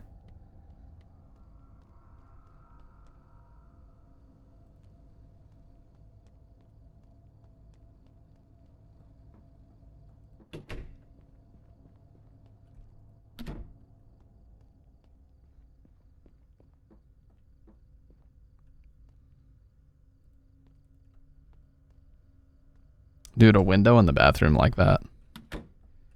Not a fan. My bathroom has to be sealed.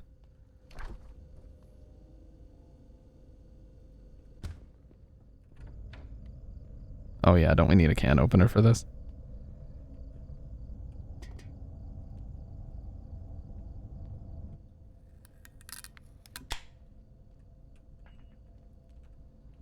Feed the doggy. Is there water in the pool? There is.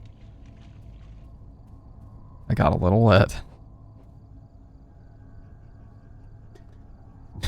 I'm sorry. That was unnecessary. I didn't need to throw the food at the dog. I apologize for my actions.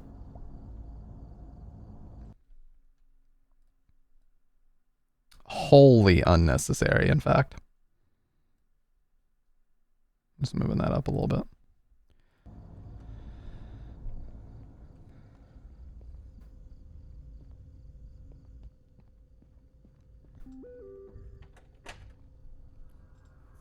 Hey kid, heard from Walter you're a computer whiz, huh? I have a favor to ask. My computer's been acting weird lately and my whole security system is tied to it. Oh yeah, you got a whole security system set up here?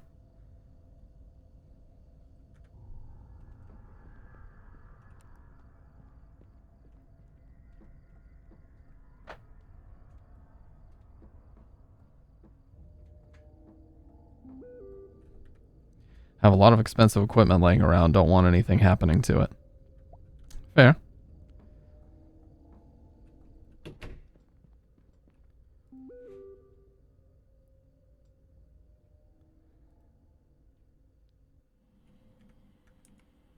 Rainbow OS, which is basically just Windows XP. Yeah, I understand. I'll take a look at your computer.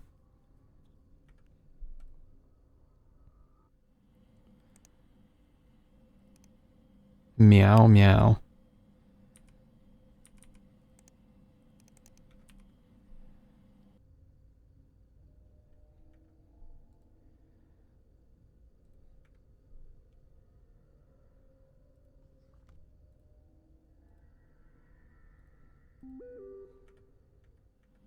He tells me the password straight up. Ala Carson 5387, yeah.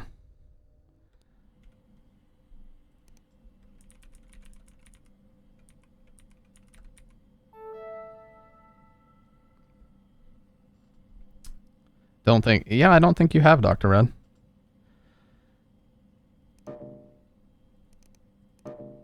Oh yeah, we have to run.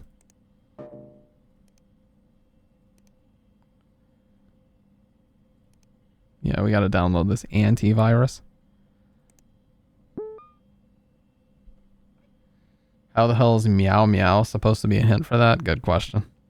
Maybe the cat's name is Ale or something.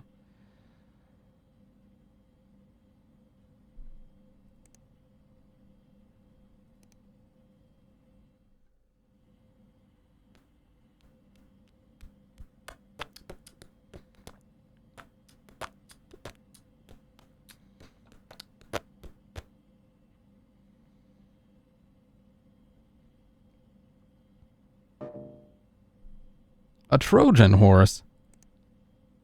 I got a Trojan horse once. Literally the virus, I got one. From my own stupidity. Alright, now we can run the security system.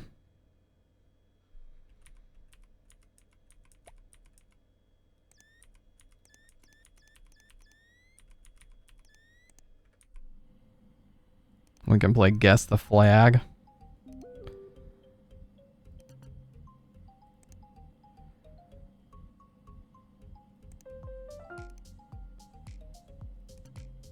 Shit.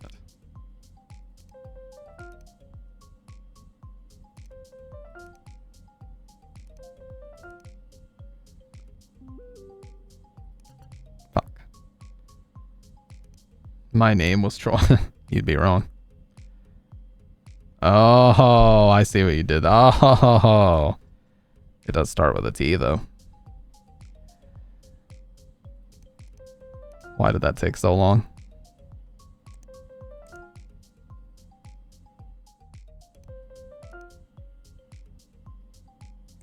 Fuck.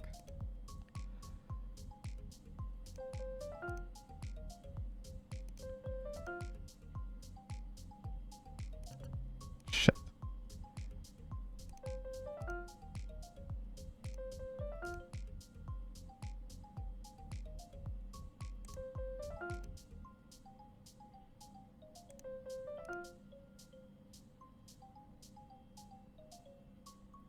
Fuck.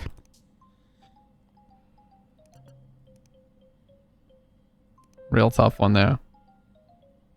It's Croatia again. Oh my god.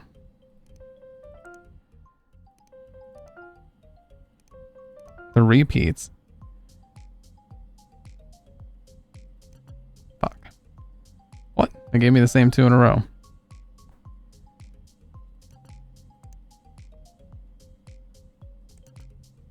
I give up. I give up.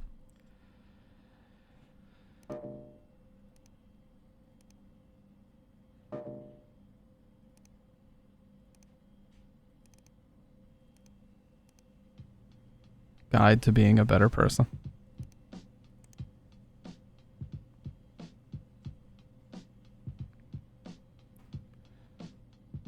All right, guys, get out MS Paint and take some notes about how to be a better person.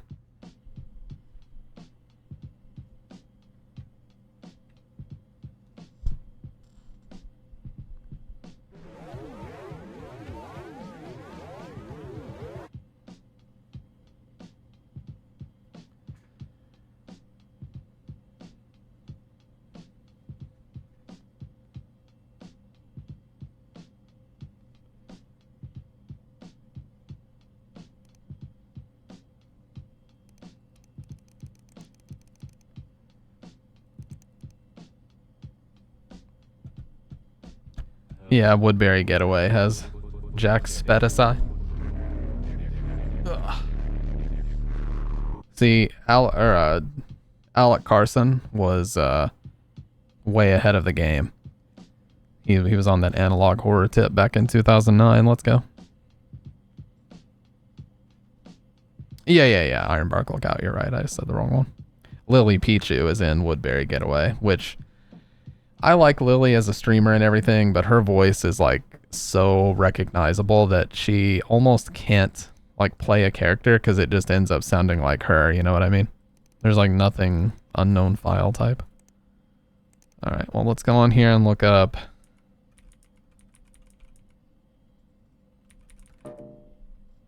What? Google just refuses?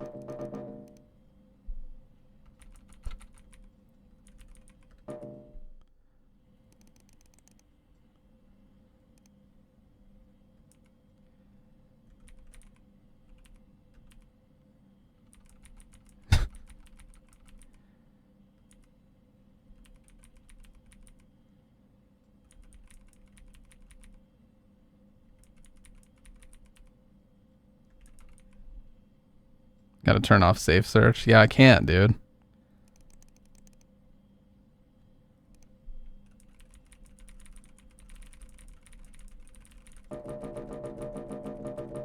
It won't let me.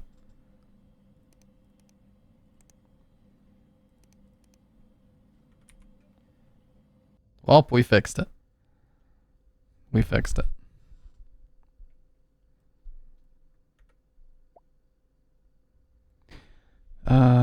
Ooh, what was that about? Reminds me of that cooking with Jeffrey on Channel 10 last night. By the way, the rerun must be on right now. You gotta watch it with me. Wait, that place got a TV? Haha, yeah, hold on.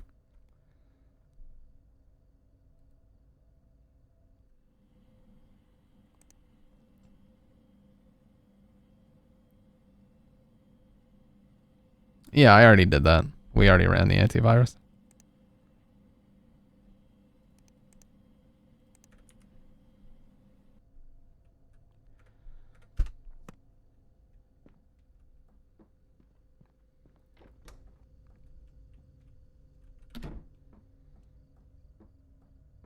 Bro has malware. Yes, he has malware. Maware.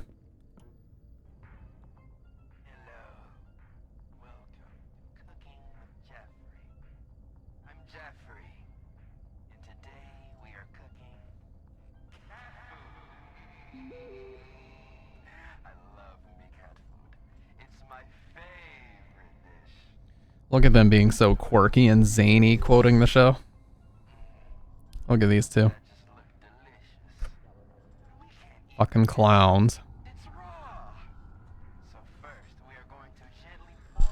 What they do to my man SpongeBob? I don't know, dude. Fucking disturbing.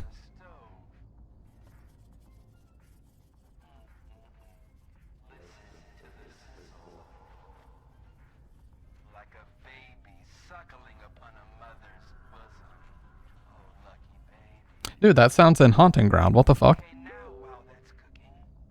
Jeffrey really just be Jeffrey sometime. Haha, what a story, Evelyn. Block.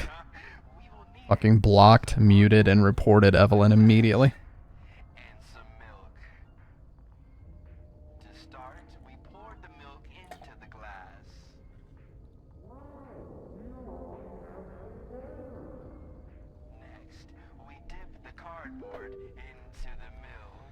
Also, I think you should get the groceries before it gets too dark outside. There's some cash in my nightstand.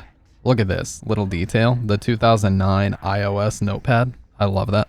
You guys remember the original skeuomorphic iOS that actually looked fucking awesome before they went all flat and pastel?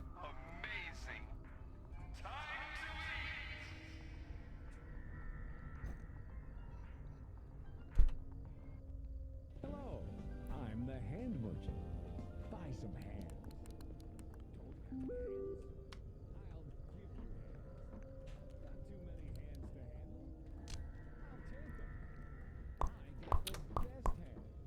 Look, he has a guest bedroom that's fucking bigger than my main bedroom. In real life. I think I talked about this last time we played this game. You guys know the guy Pirate Software. I love his videos, and he has a great voice too. I wish he would upgrade from the Blue Yeti, but he loves that mic for some reason. Anyways, not important. He told a crazy story about his house, and he said that if him and his wife were to leave and try to repurchase their house, they couldn't afford it. Like, he probably could because he's a very wealthy content creator now. Oh yeah, I forgot that room. Dude, the Blue Yeti is decent, but it's just disappointing seeing so many, like, when I know that they can just pay somebody to, like, set up the perfect rig and they just don't do it. I don't know. But, you know, priorities are different amongst people. At the end of the day, content is king. Equipment doesn't get you there.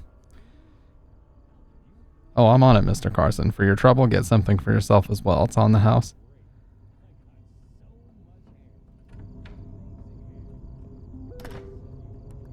Oh, I'm gonna leave the flashlight right here. You can take Alex's bike. It's outside the garage.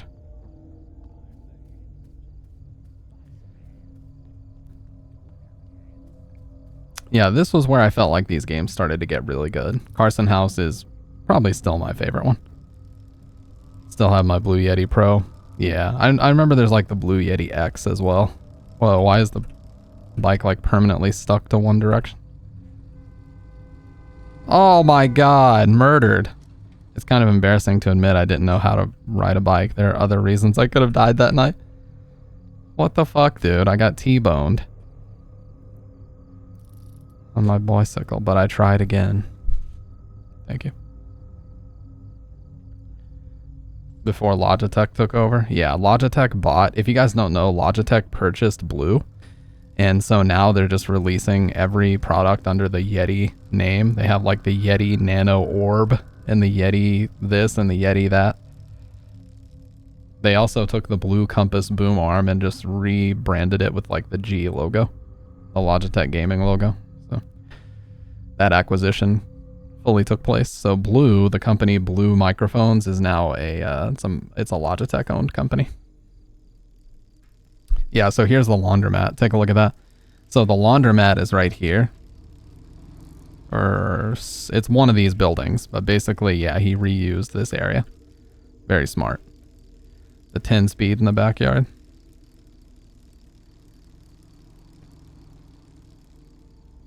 Whoa! That hitch. Hi, you doing good? Doing good, you? Doing good. Use a shopping basket. Yeah, the blue baby bottle is probably the only mic of theirs that I would consider buying. It's like the black and brass gold kind of look to it. But it's only because that mic regularly goes on sale for like $140 and it's normally $400. They use the audio from the Marinacci line. Yeah, this is all public domain stuff, so you've probably heard it elsewhere. Alright, so let's get ranch, strawberry jelly, and choco spread. Is that strawberry jelly? That's choco spread. I think that's strawberry jelly.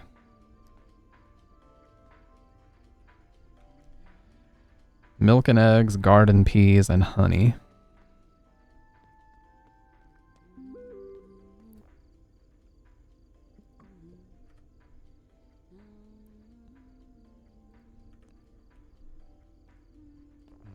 And speak of the devil, Turner and Andy? Bro, your girl was here. She just left. My girl? Eve? What was her name? Kara or something? Dude, I said they're not dating anymore. Oh yeah, he hopped to that other chick so quick I didn't even realize. Don't listen to him, but dude, she bought tons and tons of cans. I think she's throwing like a party or something. You know anything about it? Bro, she looks way older without the makeup.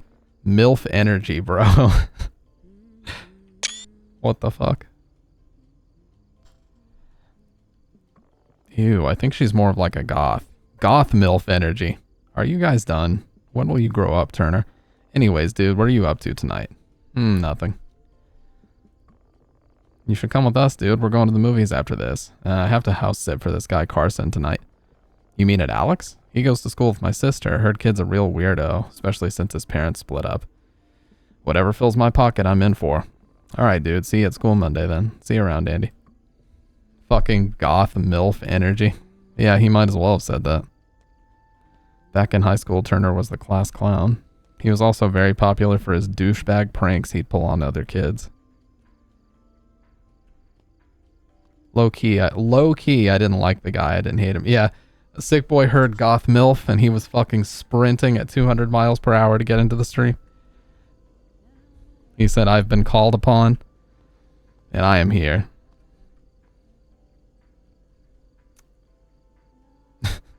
Actually, though. Rice, Uncle Tony's only. There we go. I believe if we are good on this earth, we will be rewarded with such treasures in the hereafter. Milk and eggs. And then the milk is right here. Oh, wow. He actually used the StarKist logo, just didn't put the IST. Oh yeah, isn't there a thing where you gotta help this lady? Walked out of work today to have a good Friday night just to find my car missing because it had been impounded and ticketed. What the fuck? Hey son, do you work here? Possibly. Why? I'm looking for mustard. My son likes mustard, but I can't find it for the life of me. Do you know where it is? Let me get it for you, ma'am. Aw, how nice of you. I'll be right over here. How does she not know where it is?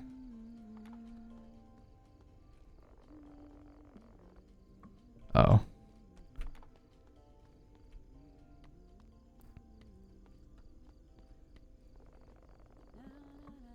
I did get you one.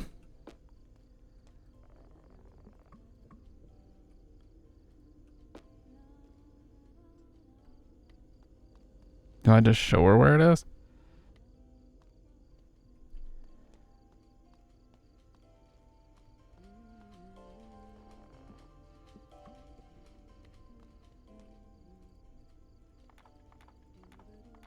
There, I have 4 now. That should be more than enough.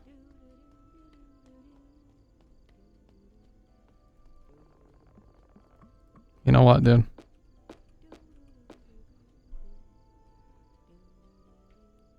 We need garden peas and honey. That's the last thing.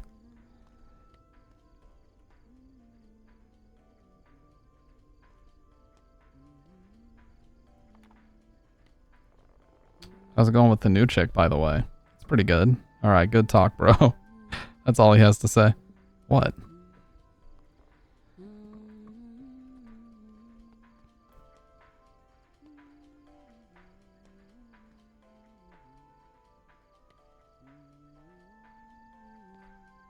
Nut. Peanut butter. Just nut. There it is. What am I missing? Oh, ketchup.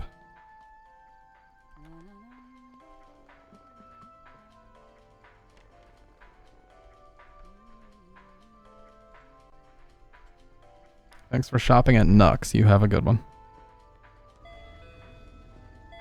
Hey, let's go.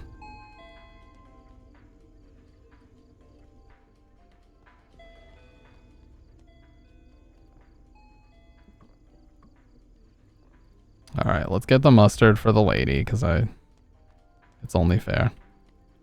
Well, I guess I can't anymore. Goodbye. Find it yourself. Dude, John's streak got interrupted. That's so unfortunate. He had like a 107 watch streak, and it got broken the other day.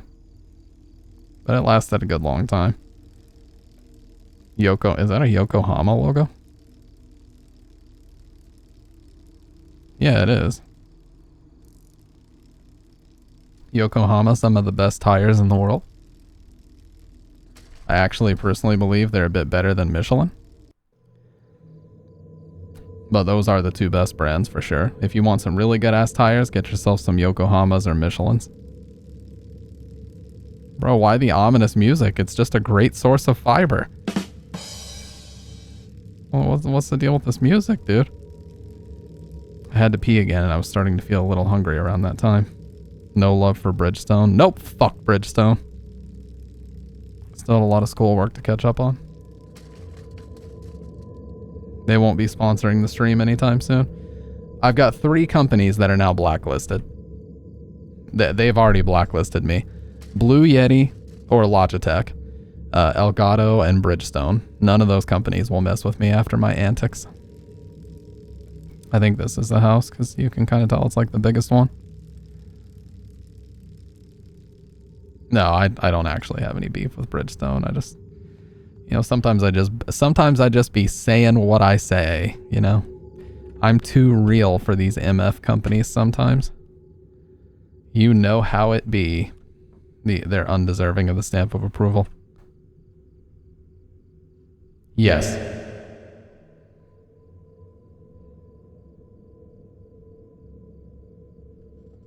I just wanted to make sure that the emphasis was where it needed to be. I kept groceries in the kitchen.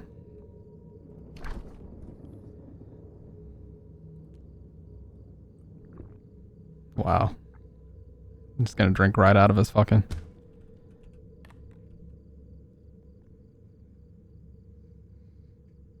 Oh, well. That milk is no longer of this realm. It's no longer of this plane of existence. Like I said, I had to get my schoolwork. I had to get on my schoolwork for Monday. He said he had to pee. Well, you know what time it is.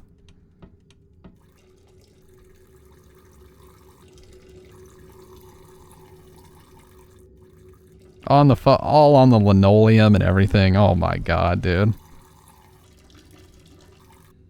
Oh wow, we did a 360 no scope. Did you see the 360 no scope piss I just did? I just did a 360 YY ladder stall piss. Insanity. I need to get the kill by 30 seconds to Mars and make a montage of that. Or Numb from Linkin Park. Oh my god, Andy, you fiend. Dude, you said you're at Carson's, right? You need to see this. Search up Roy Carson divorce on the internet right now. I got you, dude.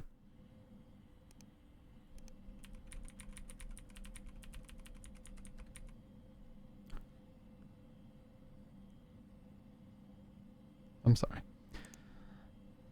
Roy Carson, co-founder of BN Media, allegedly receiving death threats from the angry fans of his ex-wife. Hunter News. It's not unusual for audience to be nosy about some of these celebrities. I guess that is correct. Personal matters, but sometimes it's just too overbearing. We see something similar with the case of Roy Carson, COO and co-founder of BN Media. After his very public breakup and divorce with his wife, former actress Alyssa Brown Carson has allegedly been receiving death threats from the fans of Alyssa Brown for the rumored infidelity that underwent within the said relationship. Dude, this wording is so weird. Sources say Roy Carson has had people knocking on his door to confront him. Alyssa hasn't been very vocal about the situation yet, but Hunter News is actively trying to reach out to her, so you, the reader, stays updated on the situation. Someone was at the front door. Okay, I forgot the grocery bag was there. That freaked me out. Oh, not the pizza guy. I remember this part. Not the pizza guy. It's not unusual. Be loved by anyone. That Carlton emote is awesome.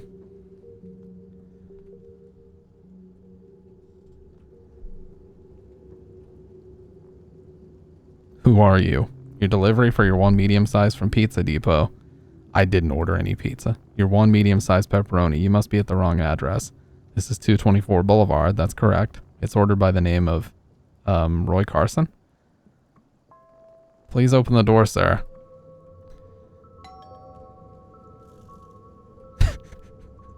Imagine you're a DoorDash or a pizza delivery driver and somebody just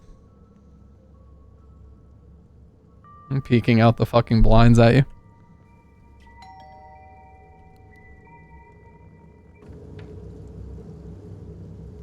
Look at this guy. Here.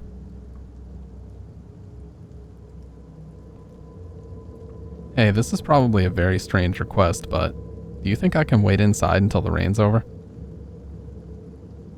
It's probably not very safe to be out here right now, and I forgot my raincoat at the shop. No. Oh. I understand. Well, you have a good day. You get the fuck out.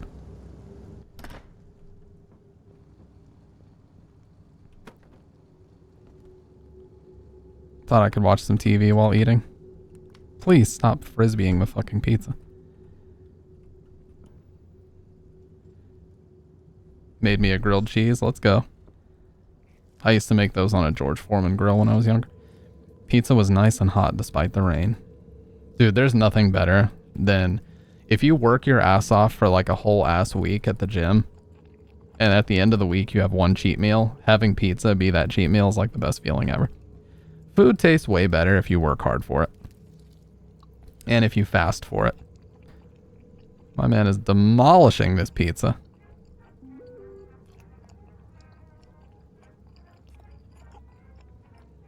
Holy shit.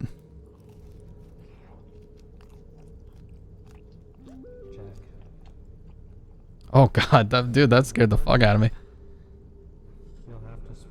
I didn't expect to hear people making me want to get in a workout. Dude, hey, if anybody gets motivated from my antics, I am happy for that.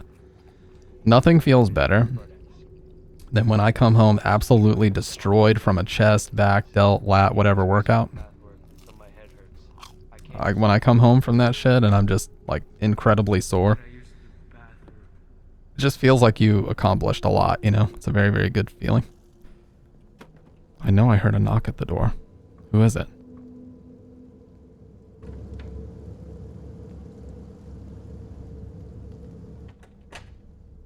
I didn't know what to make of it.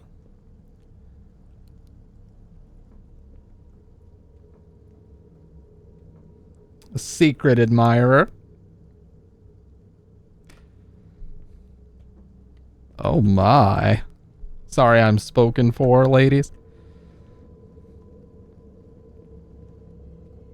Oh my god, that was disturbing. Oh, it's Skibbity Toilet. It's Skibbity Toilet. Oh my god. That's going to be my thumbnail. Skibbity Toilet in Fears to Fathom Carson House. What the fuck? It's actually Skibbity. I'm the toilet man. I'm the toilet man. Come over here. Okay, that's enough of that. I saw Skibbity Toilet and just, I felt something was incredibly wrong. My entire body had a full fucking reaction. Unknown sender. Hey, how are you? What did you have for dinner? Good night, Noah. Hope everything's alright. Unknown sender. I assumed it was a wrong number. It was strange, but I dismissed the thought as a weird coincidence and moved on. Besides, I had a lot of work to catch up on. Best believe I'd be closing that fucking door.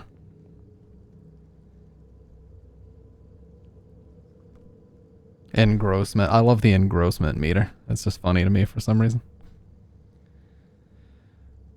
There's this really dumb video called like Spider-Man 2, but he has brain rot. And you know that scene where Alfred Molina is like, did Mozart sleep before he wrote the Fifth, or Beethoven, whichever composer he's talking about. And then they just have Peter say, did the fuck Boom sleep before he slapped that skibbity toilet Riz? And he just goes, oh, Rosie, and shoots him in the face with a pistol. Also made decaf coffee only because it's nighttime. Why do you keep ignoring me? Why are you always so mean to me? You are being very immature right now. Fine, if you are going to be like that, I don't need you anyways. Todd is so much hotter anyways. Who are you? Look out for some pizzas. It should arrive any minute now. Enjoy. At 10 p.m.? Dude, think about the heartburn. Holy shit. In that moment, I was certain that it had to be another prank by Turner. I just knew guys like him very well. Oh, fuck me. Where did I leave the flashlight?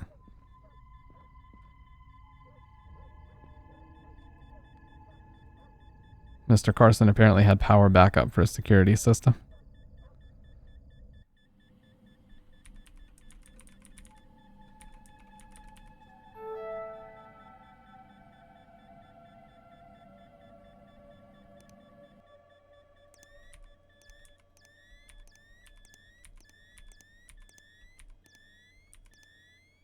Ooh, I saw it for a second.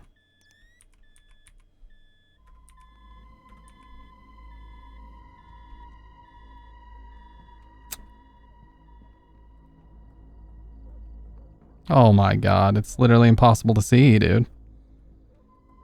Where the fuck did I put that flashlight?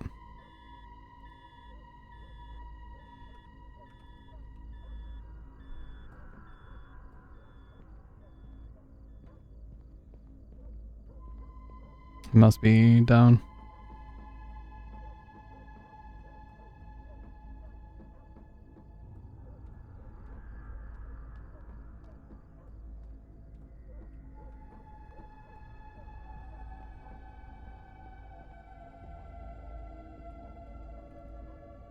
No, now is not the time to sit on the fucking couch, dude.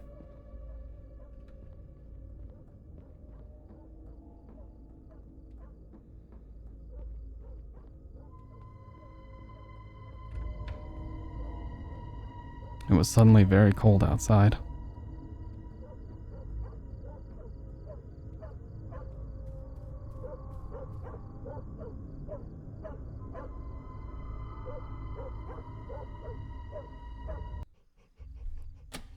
Listen, if Skibbity Toilet has one fan, I am him. And that's, you know what? That's just right out. I could tell that someone had cut the power off from outside. It had to be Turner. He was really starting to piss me off now.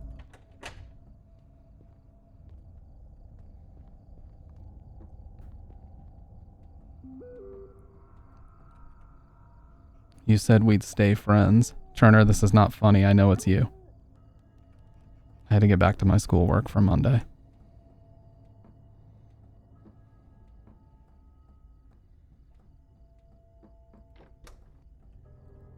I know, dude. I'm doing it. I'm going and doing it.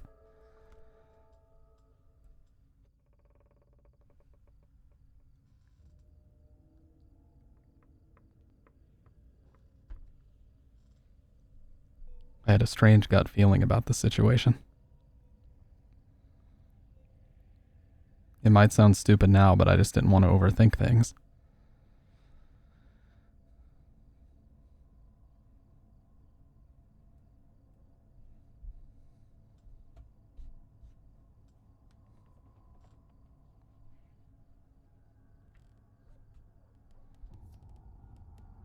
Oh, you can actually hear footsteps.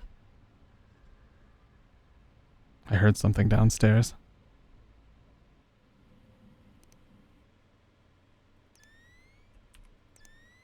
Look, this room's all fucked up. I could swear on my life I didn't turn that oven on.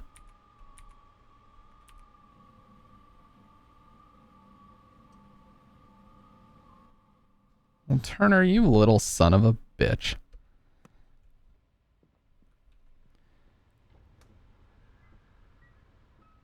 I had to go down and check. Yes, when will Chilizart or Rail, the guy that develops these, when will he give me a gun? I need a shotgun.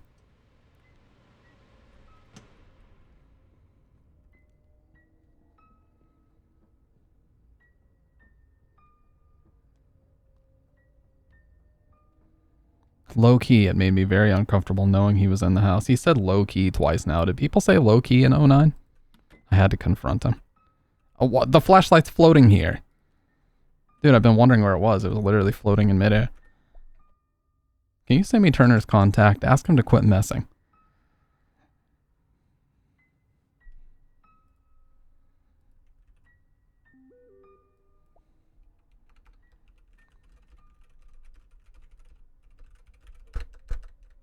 Oh, it won't let me send. He's been snooping around the house. This is not cool. Dude, he's at my place right now. We were going to go to the movies with Brady, but then it started pouring, so we stuck with the sleepover.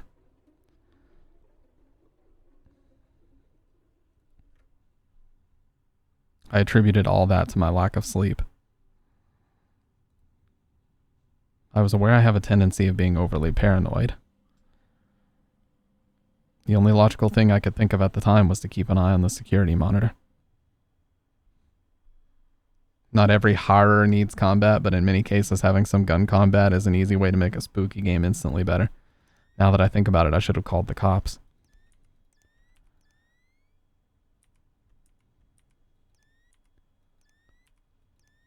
The idea never even entered my head.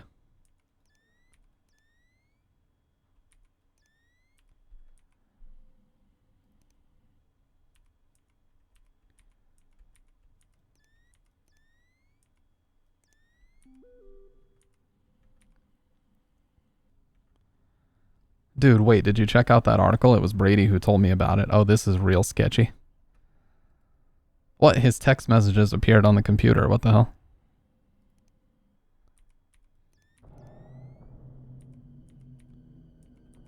I felt my heart skip a beat.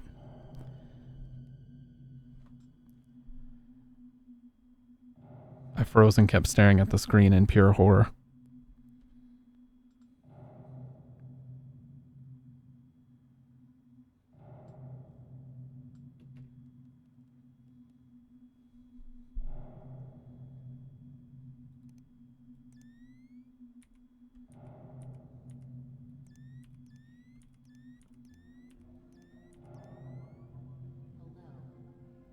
Pure unadulterated horror.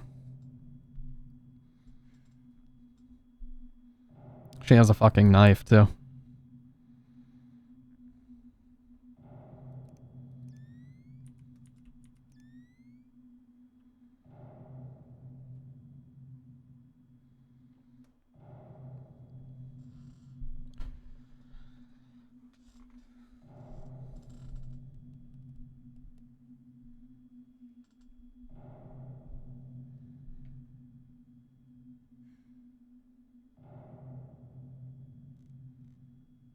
Kind of looks like the protagonist from Nightcry. She was right outside the door to the room I was in. I thought my heart would pound right out of my chest.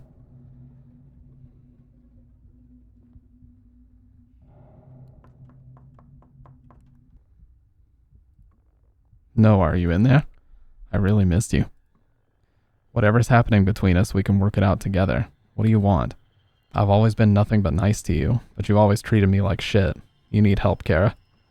I know everything. I know you left me for her. At least she's not a junkie like you. You know what? I'm just gonna fucking roast the shit out of her. But I love you. What about that? You need to leave right now. We deserve a second chance. You know I could turn you into the police for this. Do it and I will fucking kill both of you.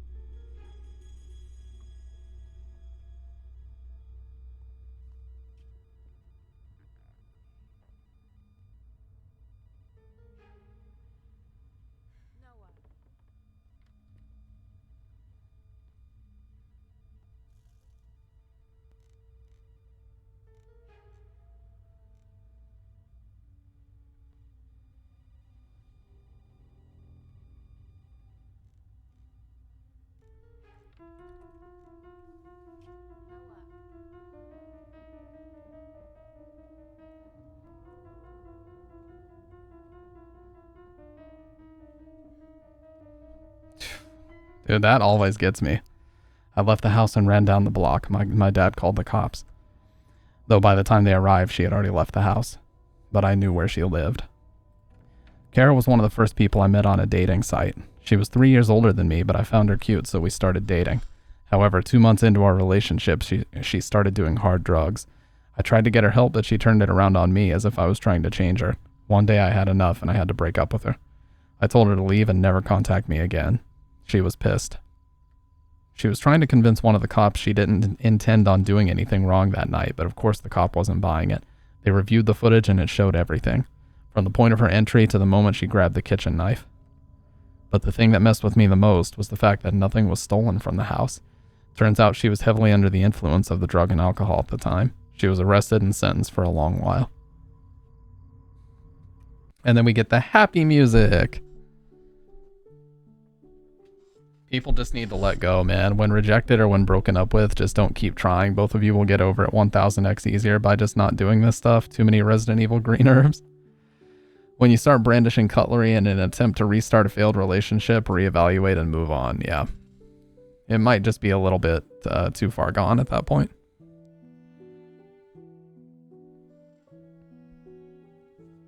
Hey, special thanks to Jack Spedisai. Let's go. Yeah, Carson House and Woodbury are probably, or no. Carson House and Iron Bark are probably my two favorite ones, which Iron Bark is coming right after this one.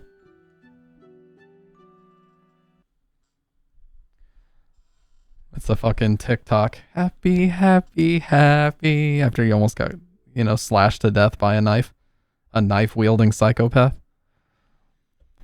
But you know what? We survived. Hell yeah, gamers.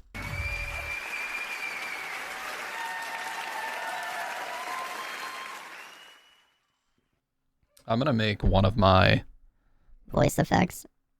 This one.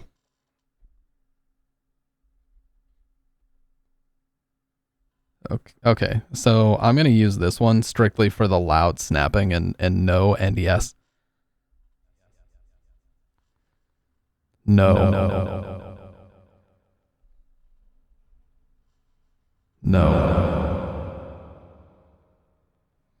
That's full echo and full reverb, by the way. Now, if someone asks me a question and I really need a definitive yes or no answer, I have my preset made. I'm going to save that off right now.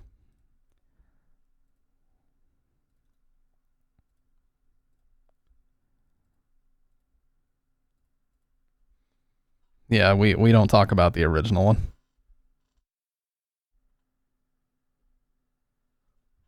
Yes. Okay, the echo is a bit much. I'll turn that down to at least 50. But the reverb has to stay.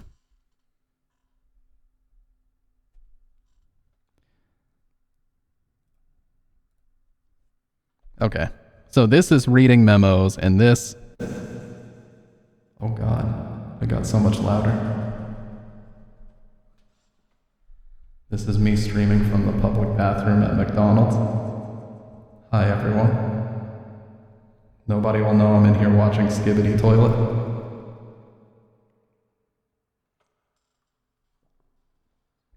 And quite frankly, you don't need to know either. Make your camera upside down and kill the lights. Cosplay as Joseph Schreiber. No, that's this one. That's this one. Kill. You must kill the 21 sacraments. I actually think right here. Yeah. Obey the Crimson Tome. See, we already handled that one. All right, let's get Iron Bark Lookout loaded up.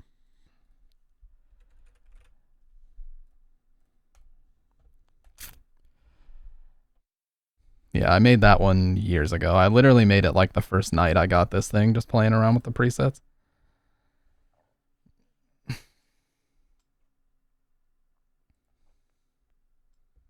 Now this is one of my favorite ones, especially because of the music. Sorry. I promise I don't intend to deafen you guys, okay? It's just every time I launch these games, I have to reroute it. This is my fucking curse of using 2 different audio interfaces with like 8 channels of audio. So every time I fucking change something, I have to go in and reroute it back to the right one of 8 inputs and make sure it's not deafening anybody, you know? Okay.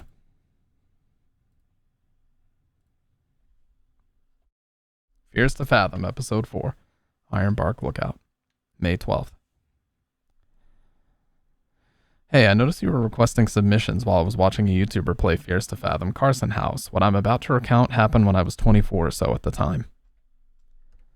It feels kind of weird telling anyone about this because of the bizarre and absurd nature of the whole thing, but I feel like doing so might help me process my memories of it. I knew that sharing this story anywhere else would be a dumb idea because people would say I was lying. As I'm writing this was the scariest experience of my life. I'm Jack Nelson, had a small job as a park ranger in a state park. I was a fire lookout stationed in one of the largest forests in the Pacific Northwest, miles and miles of dense forest managed by the Forestry Service. I had a salary that allowed me to make ends meet, but I couldn't afford to treat myself to restaurants, nice clothes, etc. My biggest accomplishment so far was being able to buy an RV for myself with a lot of financial help from my dad. That RV was my only sense of home I had at the time. What was amazing? Oh shit, sorry, my audio's still muted. That one time I was transferred from one outpost to another because of some official circumstances. It was a minor inconvenience to me though, since I lived out of my RV and liked traveling. I said a few goodbyes and I was off to the new location. It was about a 2-hour drive. We know good and well Capcom is going to cook with RE9. I love the song that's playing in here.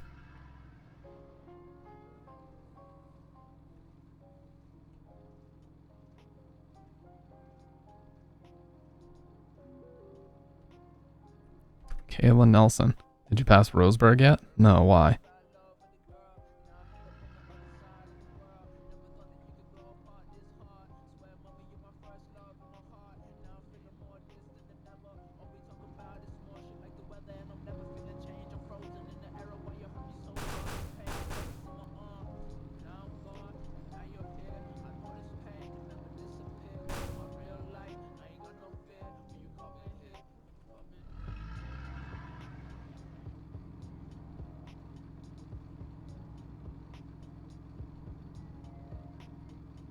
Dude, I love the look of this. That subtle noise effect. This is the best looking of all of them, I think. Not even Woodbury looks as good as this.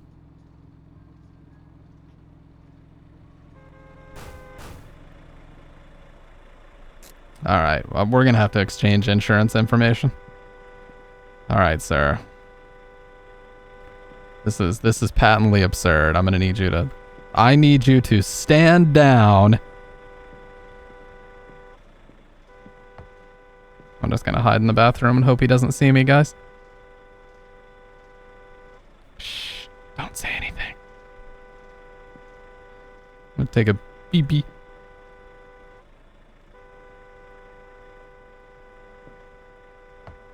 I'm hiding from my problems. What was that?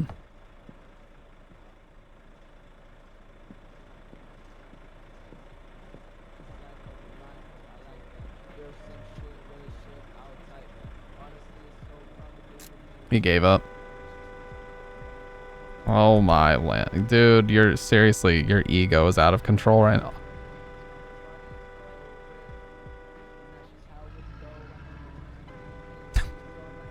It just keeps speeding up and instantly.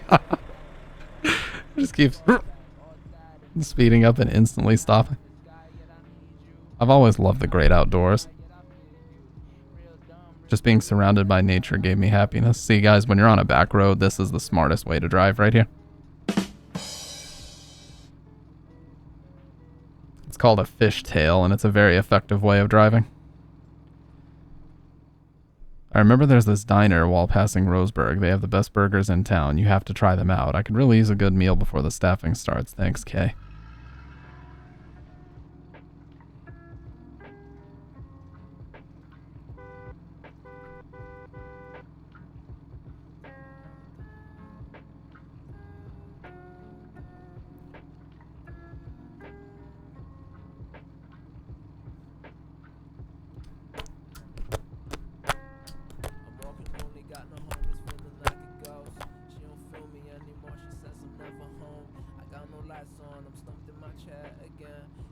Got a little bit of flow, though. I saw the diner Kayla was talking about. All right, well, let's make an entrance.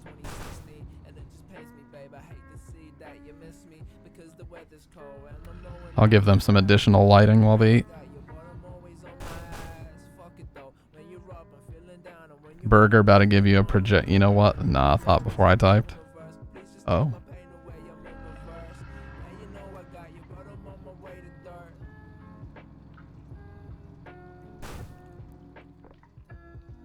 How's that burger? This little piece of heaven? This place is pretty much my weekend spot. You new around here? I'm a new staffer at Ironbark State Park. You must have heard the news then? What news? Well, a few weeks ago, 3 kids went missing in the park. It's been all over the news. What happened to them? No one knows. The official report says they got lost, but a lot of people around here think something else happened. Something else? There's a rumor going around that a creature got them. A creature? Yeah, you know, like Bigfoot or a goat man. People say there's something like that living in that forest. Do you believe it? A lot of hikers and campers go missing in that forest. Some of them come back with stories you would not believe. Some of them never come back.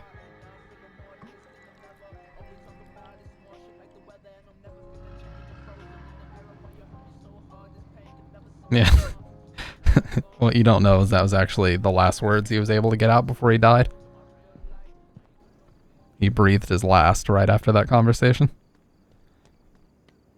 He used the last words on this earth to epically troll me and make me think that aliens are real.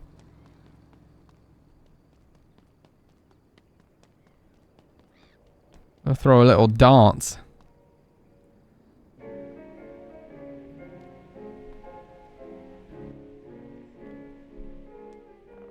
Welcome to Twin River Diner. How are you? Not too bad. Feel free to take any seat you like and I'll be right with you.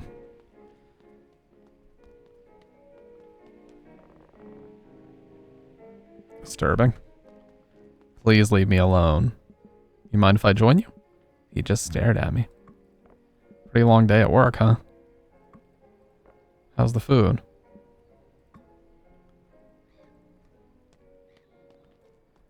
Oh, you already know what time it is. Don't close the door. It's best if we don't go into too much detail about the story I spilled. Wow. Alright, let's do a 360. Getting my technique correct. You gotta warm up the wrist. Oh, 360 no scope YY ladder stall. Let's go. With the door open too. Just no manners whatsoever. Mr. Flathead got an attitude. Yes, dry our hands and then wash them and then walk around the restaurant with wet hands dripping everywhere. Hey, let me back there. Where are you headed? I'm heading up north to make a delivery. What about you? I'm a staffer at Ironbark State Park. So is it true? Whatever they say happened to those kids the other day? We can't say. I can't even imagine what the parents must be going through. It's every parent's worst nightmare. You look a little lost. I'm just passing through. So where are you headed? That's none of your business, bitch. I guess not. What is this shit music? Put on some rap. Where's the Lil Xan on here?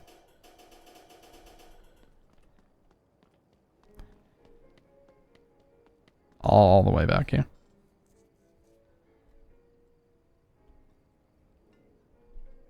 Put on some Ice Fight. What the? You guys both said it at the same time. Good evening. I'm Barbara. You ready to order? Yes. So what can I get for you? Cheeseburger with fries, grilled cheese. Oh, nugs. You know we gotta get some nugs. Would you like any? Large Coke. We're going fucking full. Diabetes. Let's go. Same brain cell. I love the lighting out here. It's awesome.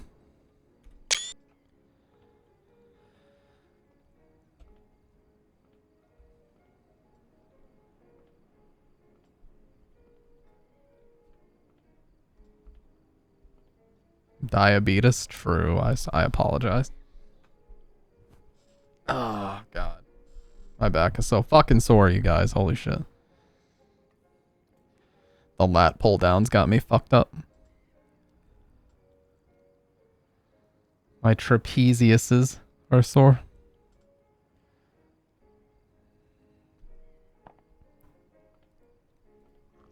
consuming a huge swig. It's not a big gulp, it's a huge swig. A meatball sub with chicken nuggets? That's so weird.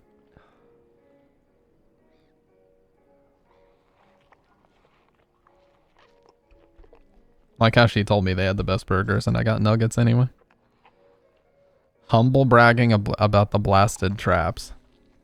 They're not quite blasted yet. But give it a year, and they might be possibly blasted. You end up going? How was it? I'm here, still eating. This is so good. Did you enjoy? Oh my god. Bro, I just finished. Yeah, it was great. Would you like to have anything else, or should I get the check? Check, please. Okay, thanks. I'll be right back. Told you. Heh. This food reminds me, you should send me that casserole recipe you were talking about. I might get a chance to immerse myself in the art of cuisine in the new Lookout. Wow, yes, I'm on my way home. Send you in a bit.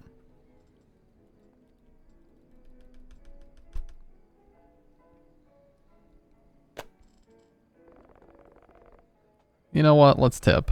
50% tip. What a deal. Thanks for the generous tip. Yeah! He said, fuck yeah.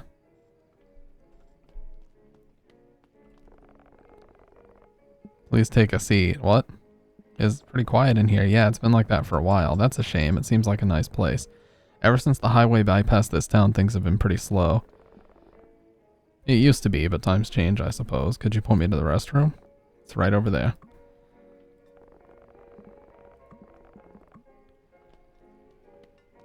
This guy's gone now.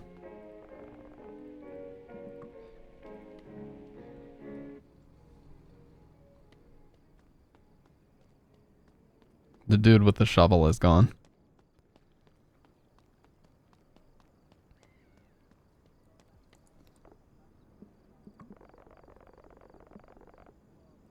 Oh, we already...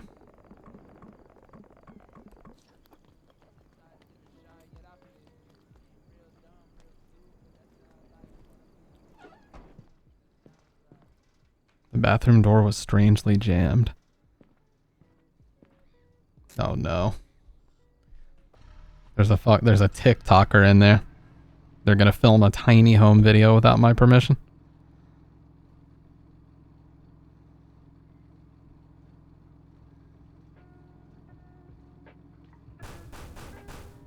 Okay, well. They are deceased.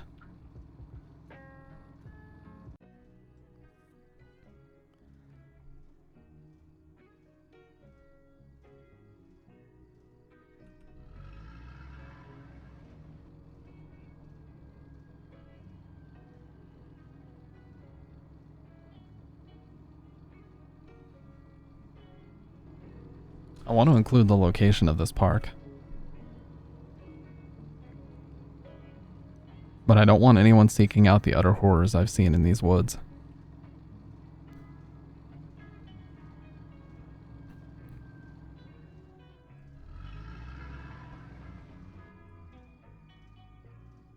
Yeah, it's snowing a lot here too.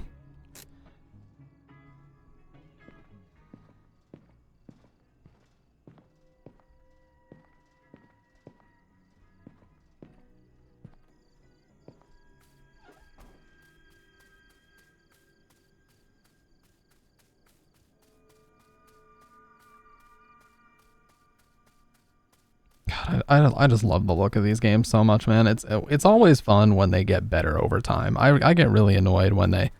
Yeah, it's actually Kara again, hiding in the bathroom. She jumped across stories.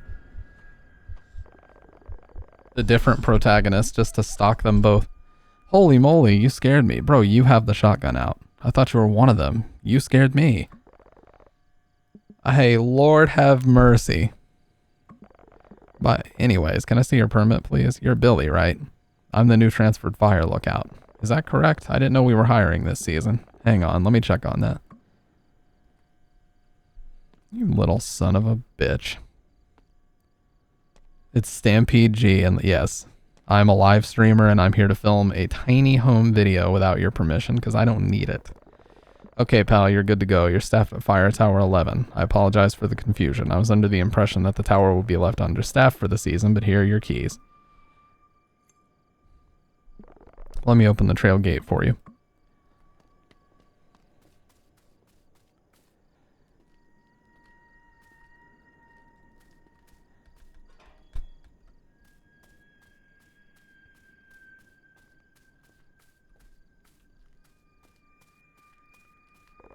Since you're arriving this late, you might also need this flashlight for the long hike to your lookout.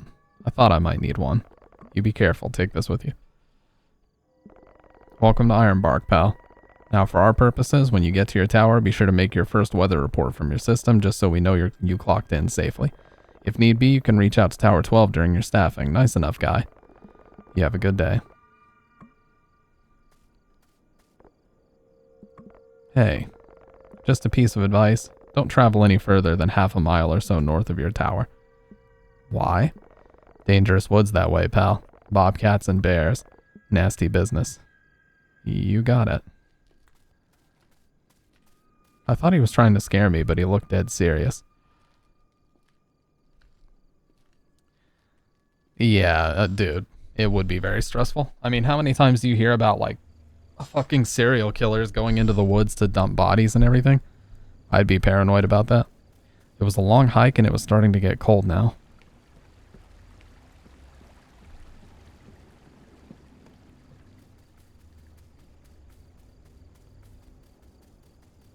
Man is actually shuffling across the forest floor.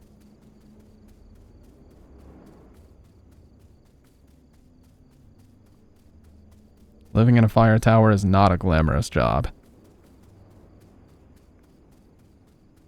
Imagine being out here alone for weeks at a time. It's not for everyone.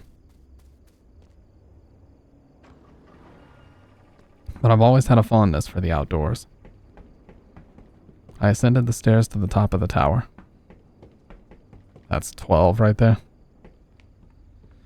Once you're on top of the tower, your job is to look for fires or anything out of the ordinary. The cabin was filled with the aroma of wood, giving me a sense of comfort.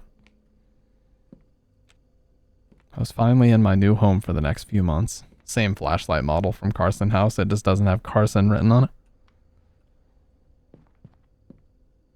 Alright, so we gotta make our weather report, so we gotta get the wind. It is 18 knots, and then the temperature, 46.8.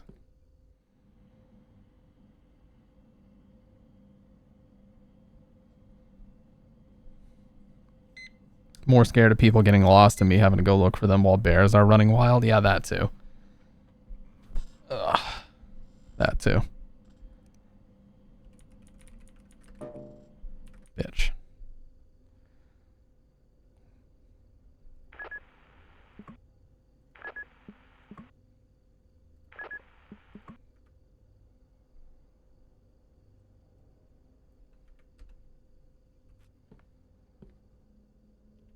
Oh.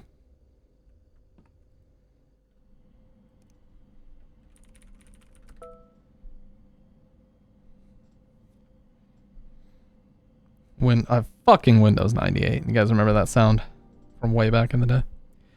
Now this is the one that has Jacksepticeye in this video. Welcome to Ironbark State Park. Park. If you're watching this video, then let me be the first to say congratulations. Definitely not an Irish guy, by the way. Ironbark Fire Department to protect one of the most prestigious parks in the state of Washington. Established in 1897, we've been known as one of the safest parks in America. We hope you can keep it that way for many years to come. This training video will ensure that you work to the best of your abilities. You've been selected as one of our Fire Lookout Observers. This is a truly rewarding job which requires many hours of hard work. You will be working in our state-of-the-art lookout towers. And the following is a list of responsibilities you will have. Keep watch for fire. Fire isn't going to be noticeable all of the time, so also keep watch for smoke. Make sure to know what color the smoke is. It may be crucial information. Fires are best stopped before they spread out of hand. Keep records of daily temperature. When the temperature rises, it is best that we have those recorded. The science nerds at the Panoramic Preservation Society require us to note all changes in temperature. We think it's best not to get into a lawsuit. It's Sean. Keep records of daily wind speed. Sean. Wind is a big factor when it comes to fire. Yes, Jack sped his eyes on this. To scientifically gather the data. After collecting the data, input it into our state-of-the-art service report. The art. Form. This is a highly Sean. form, often used by Jason. Jason. So don't be too ashamed if you can't figure it out at first. You have the privilege of using such a form. Keep campers out of unregistered campgrounds. The campers might start a campfire which could lead to a wildfire. They will not always listen to authority, so take precaution when escorting them. Make sure to note whether the person is a threat. If you're worried about your safety, do not hesitate to dial 911. Keep maintenance of the park. Make sure the park is kept clean. We have a status to uphold. Now that you know most of the duties that a fire lookout has, you're ready to start. We hope that you have a great season out there on the tower. Try not to damage any of the equipment. And remember, if you see smoke, don't joke. Call the authorities and notify them of the predicament immediately. What a terrible catchphrase. If you see smoke, don't joke. What a terrible catchphrase.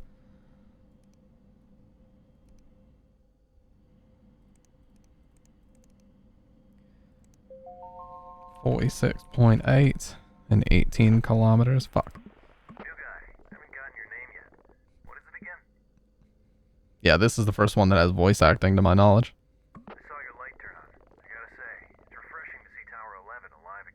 Outside of Kara just going, Noah. Like that.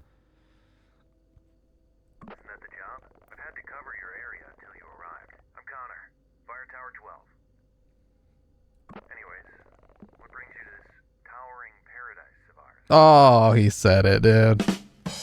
I'm looking for a change. I'm a transfer from Iron Horse. I'm really tired. No.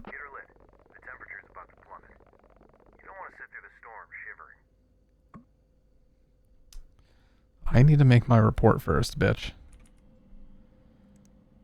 Blizzard.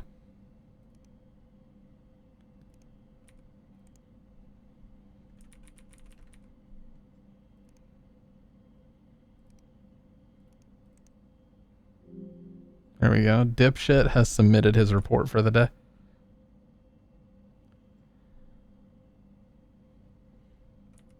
Just so everyone else knows.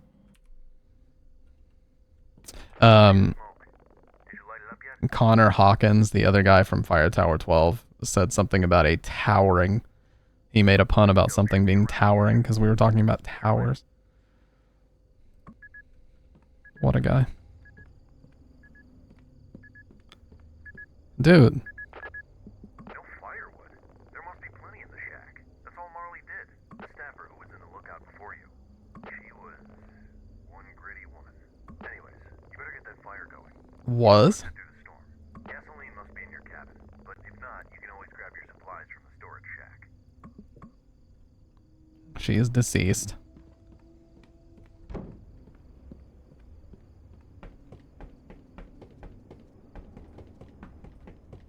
You can tune a piano, but you can't tune a fish. Dr. Red, go to your room and think about what you've done.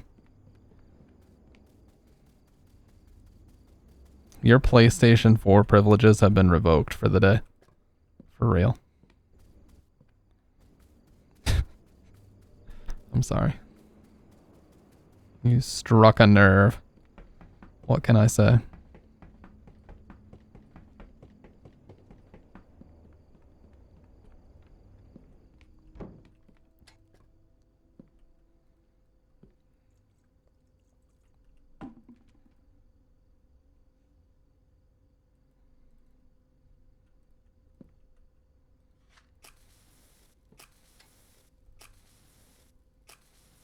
Osborne Firefinder. It's like a giant compass size of a pizza. Nice to see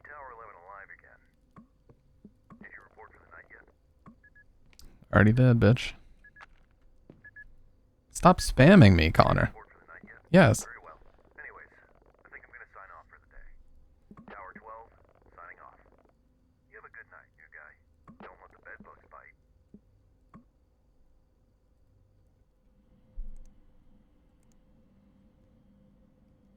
Where's the internet browser, dude?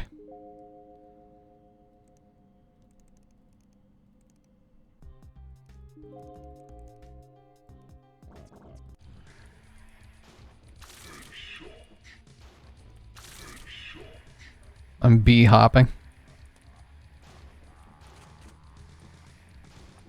Bro, how? The sensitivity is fucked. Oh god, this is...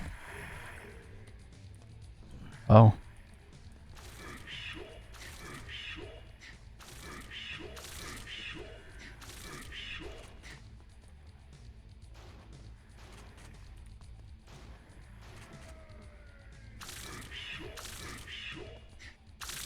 Let's see. Did you see the lineup? Did you see how I lined that up, dude?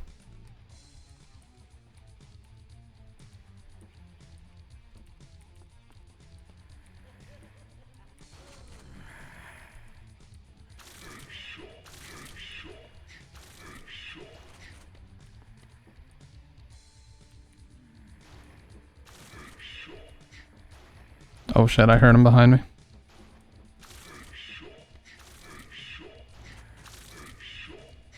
That's enough. We've had our little fun. Time to go the fuck to sleep.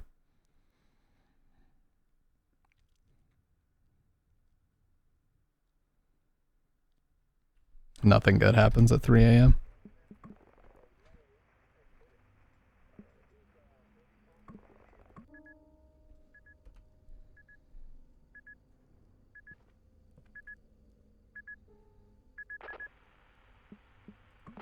Connor? I had to pee. Dude, just piss out the window. On my first night, being out of my cabin gave me a strange feeling. Oh. Being left out here alone was somewhat unsettling. 360, let's go. The Ouija board?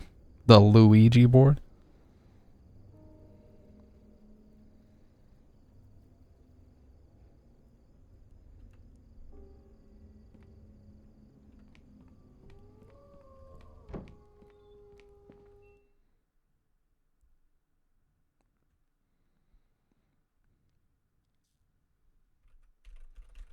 I gotta sit closer.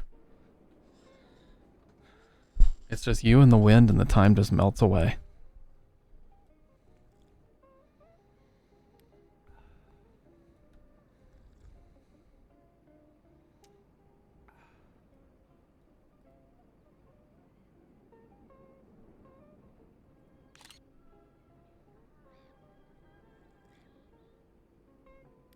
That is nice. I like the music here too.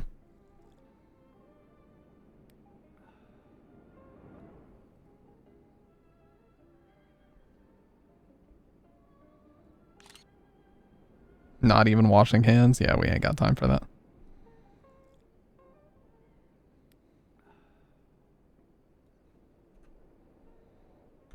I've already made the press space to get off joke a million times. I ain't making it again. New guy, do you copy? This is Connor from Tower 12. Do you copy? Tower 11, do you copy?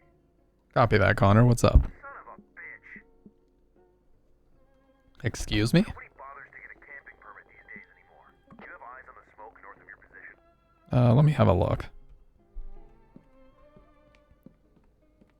Smoke was white, indicative of a campfire. I need you to confirm. Do you see that smoke up north? You spot that white smoke up north? Yeah, I see it. To be in the Lazy Trail sector, which is not a registered campsite. People like that don't bother to clean up after themselves. Fire risks are high this season. Mind checking it out? Okay, heading north. I'll report back on it. Stay safe out there. Don't forget to carry your bear spray in these woods, new guy. Over and out. Oh yeah, it reminds me we got soft locked when I first played this game because it literally wouldn't let me pick up the bear spray. It was really dumb. Or no, it wouldn't let me pick up the binoculars. And I wasn't the only person that encountered that bug. There's a speedrunner named Cheese. He plays Mario 64, and I was watching him play this for the first time. He also couldn't pick up the binoculars. What a game. I'm taking the flashlight too, just in case.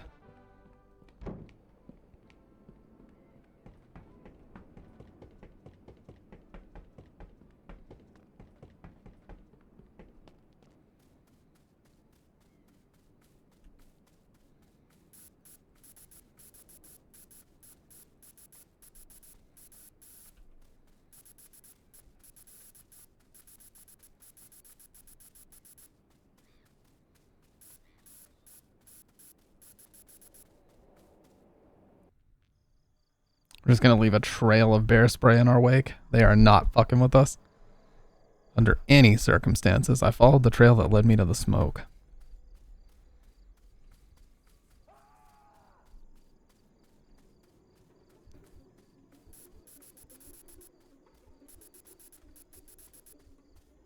She gives the best head. Oh. Oh, I just noticed that little pentagram in the...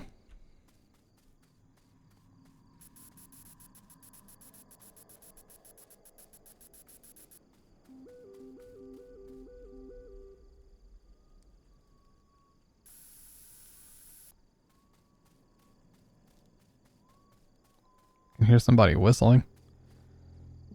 Step out here. Show yourself.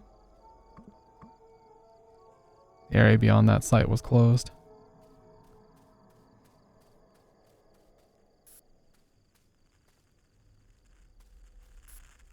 You little son of a bitch.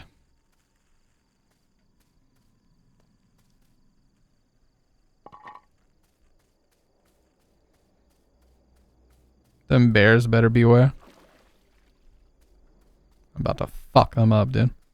Okay, it's not that serious.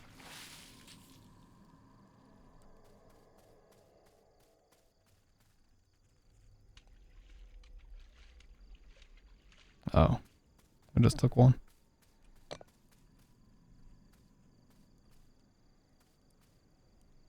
Well, I did my job.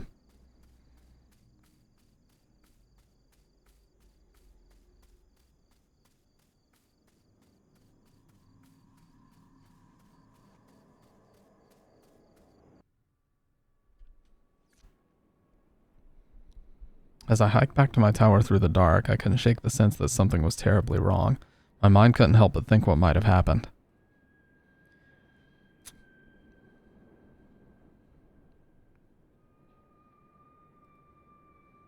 Oh. Oh, I thought it was actually going to go not responding for a second. Oh, we're good.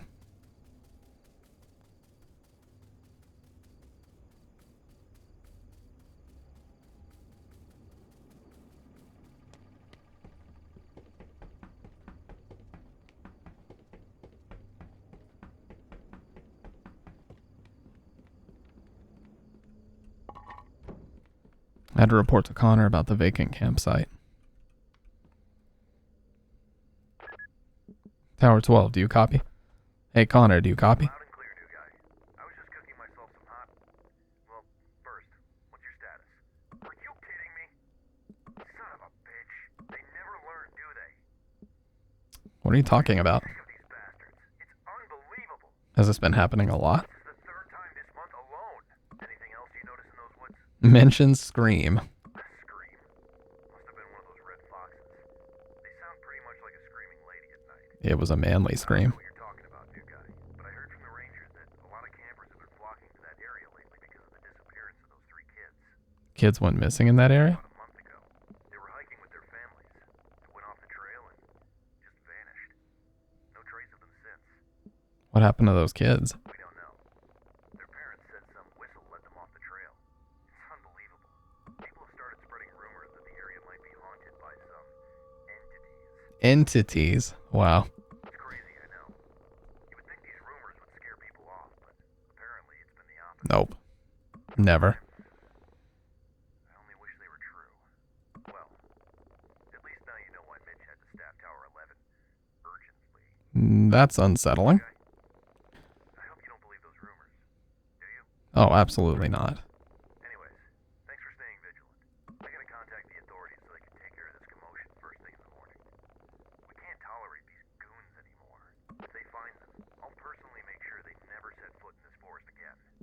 Keep me updated. All right, now we got to do our report.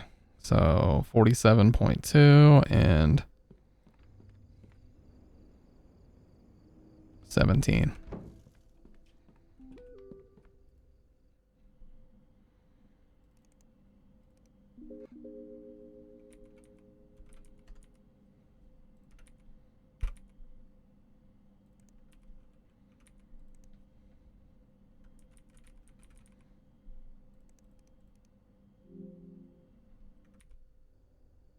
Oh yeah, Kayla's spamming me. Mom made the same casserole today. Nom nom, hee hee. Look what I got home to. So we need uncooked pasta, marinara sauce, pepperoni. Yeah, this sounds amazing, by the way. So we're gonna make this. Pasta.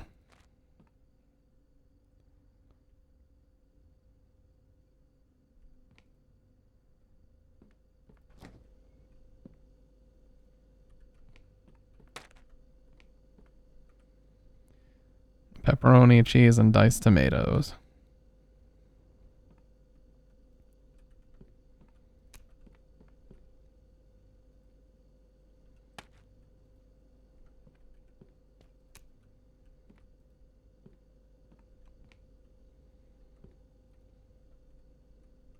The same garden peas from Carson House.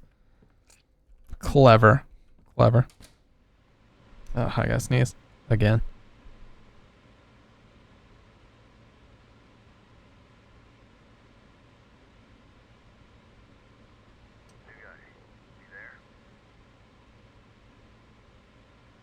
Damn, dude, it was so close and then it just disappeared on me.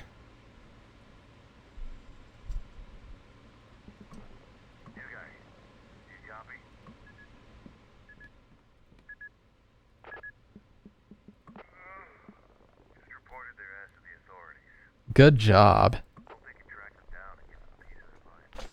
Good job for tattling to the authorities, Connor. Great work.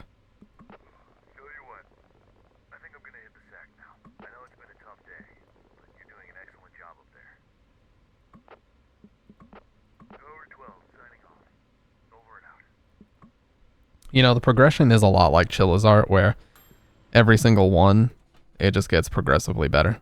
I liked eating in bed, so right out of the oven, we're gonna eat this shit with our hands. What a fucking savage this guy is.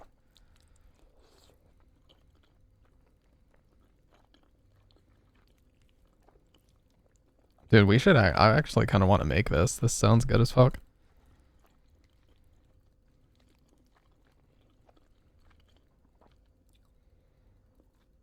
It's more like a baked spaghetti, though, even though it has pepperoni in it. Imagine the heartburn, dude. Seriously. Going to bed right after that.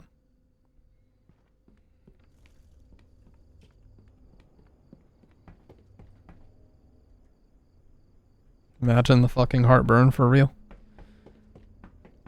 It's the worst thing you could do. The cheese would put me to sleep, yeah, and constipate you at the same time.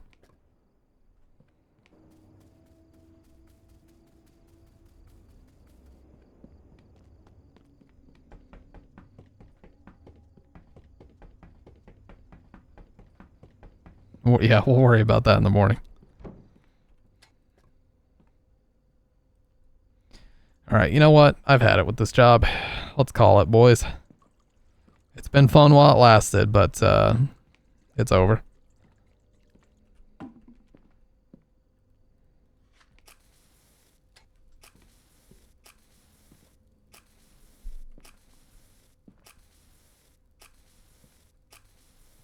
My hands were full. No, I played this a long time ago, Shadow. But it is the first time that you saw it.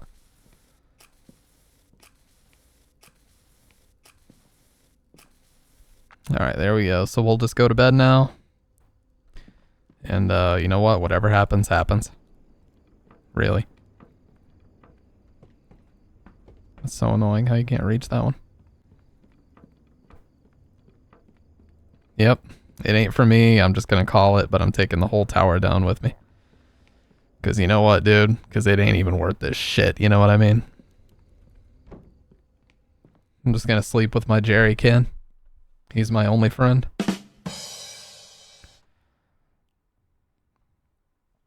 Because at this point, I was woken by some feeling that caused my eyes to drift open. Sorry.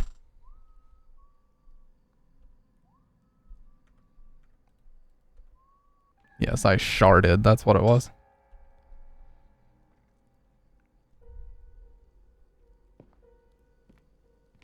Oh, wow. You can see the... You could see the reflection. There was something very strange about that night.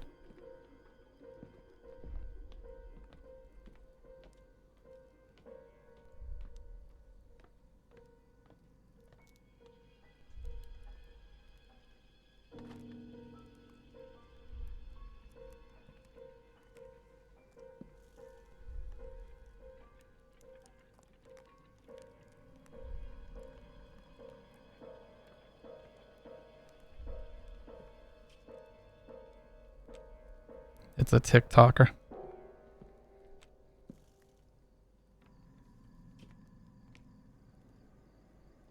I didn't know what to make of it at the moment. The only logical thing I could think of was to contact Connor.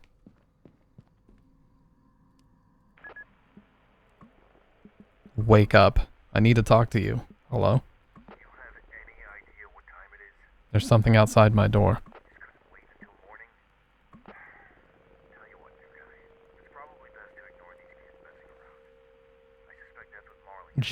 Oh no.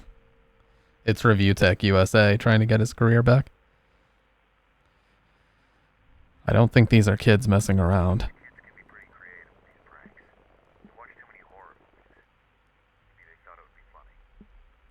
This feels like a real ritual.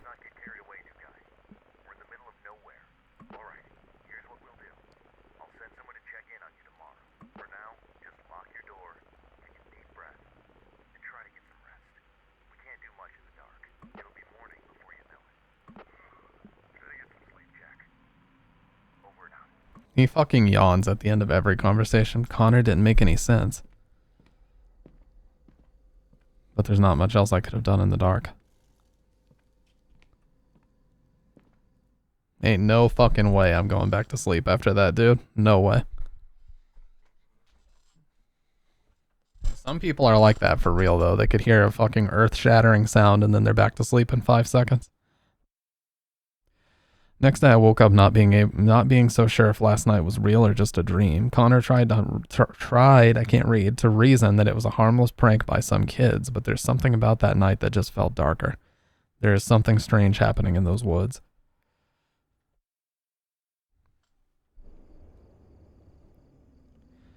I occupied most of my days either with simple maintenance in and around the tower, or by scanning the densities of trees all around me. That's very satisfying.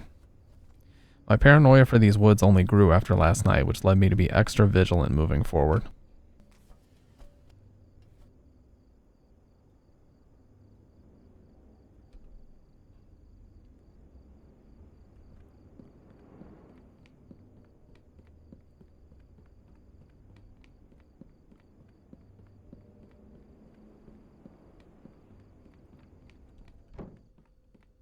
Also, Connor's lazy as fuck. He keeps sending me to do everything. This is Jack, Tower 11. Thank goodness. I'm lost, and I'm really starting to freak out. Take a deep breath. Okay. What's the situation? I don't even know where to start. I went out to explore the area and lost track of time. And now it's dark, and I can't remember the trail back to my truck. I think I'm lost. Can you describe your clothing? I'm wearing a red jacket, camo pants, and a green backpack. I'm in the middle of the woods, on this trail surrounded by trees. Everything looks different at night. I thought shooting a few flare gun shots might get someone's attention, but no one's come yet. All it did was light up the trees and make everything look even scarier. This guy. Why is he hiking if he's this scared? Do you remember any landmarks? I remember passing a small stream earlier. What direction are you facing right now? I'm walking towards west right now because I remember walking east when I came here. Oh, thank goodness. I see it. See what? I'm at a trail intersection now, but I can't remember if I should take the right trail or the left to get back to the trailhead. Can you help me? Let me scan the map and get back to you.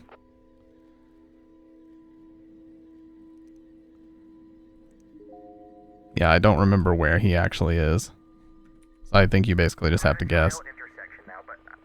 Take the right trail. I had my suspicions on the left trail, but if you say so, right one it is. I couldn't have trusted myself with this decision. Thanks for helping me through this. Hope you reach back to the trailhead safely. I'm right here. What do you mean? I hear you. I hear your whistles. I'm in my tower right now. What? I see you behind the trees to my right. That's not me. You're freaking me out.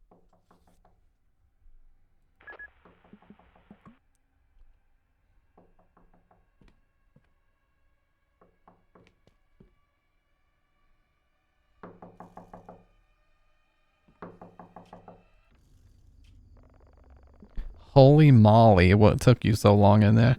I've been knocking for hours. I was asked to check in on you. I was assisting a lost hiker. At this hour, may the Lord be merciful. Anyways, got your tower supplies here, just the usual essentials.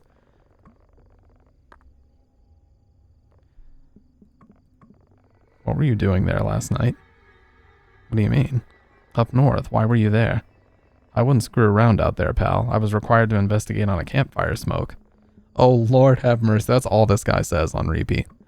Nasty business up there, pal. Bobcats and bears. You be careful out there, pal. These woods aren't normal and there's stuff out there that would love to get a piece of you. Not to mention you'd be quite a distance from help if anything happened. I've got enough to keep me occupied here. Absolutely, it's a busy job. I've just been hearing you've been a bit on the edge. Everything all right? Oh, here it is again. Lord have mercy. Did you take a photo of it before cleaning it up? I didn't think about it. You know it's best we don't dwell on these things, pal. Besides, we can't do anything without the evidence. Anyways, it's getting late. I better get going now. Just keep watch. Oh, Lord. Lord.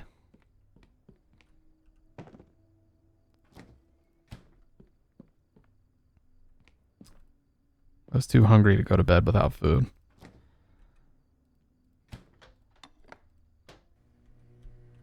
It says 4:20. Game of the year.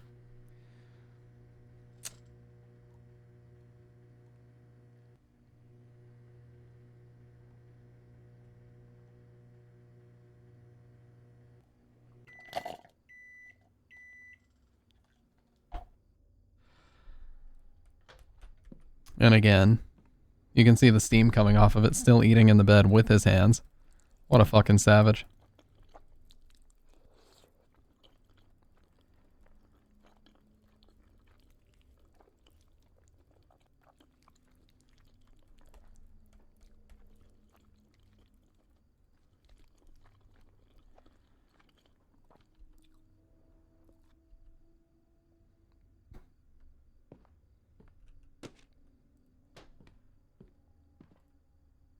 Oh.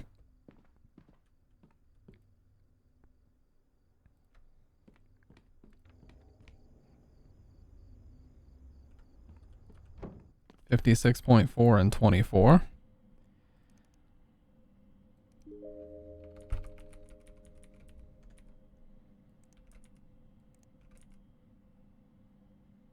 I will just put 0 because nobody needs to know about that.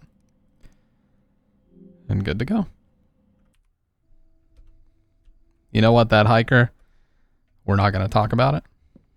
We're just simply not. By the way, why wouldn't he just stock his tower with enough firewood so we don't have to go to the damn shed every single night? Just get it throughout the day, dude. You little son of a bitch. By the way, this was the guy at the restaurant, if you don't know. You just gave me a heart attack.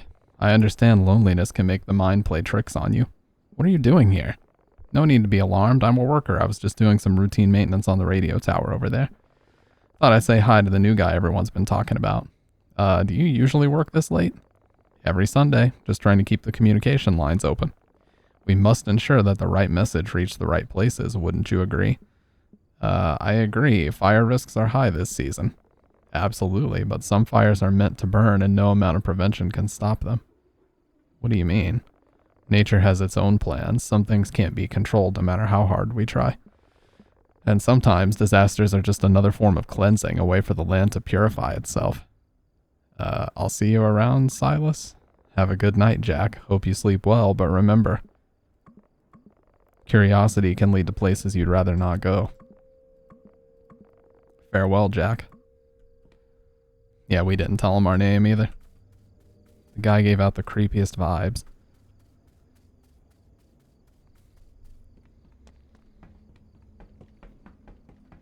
But yes, he was in the restaurant with the shovel and everything. Oh my.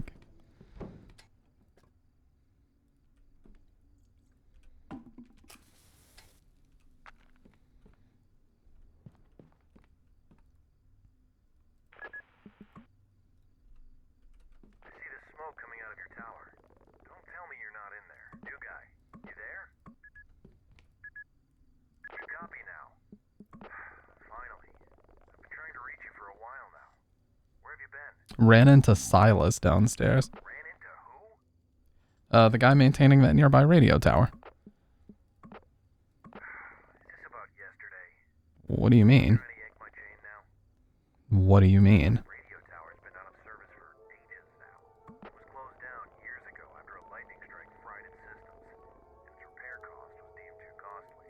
Its repair date was postponed until the next big funding, which is no time soon, according to Mitch. Then who did I just talk to? Hey, welcome back, Dr. Red. It could be another one of those goons playing pranks on you. He knew my name. Your name. You think he's been listening?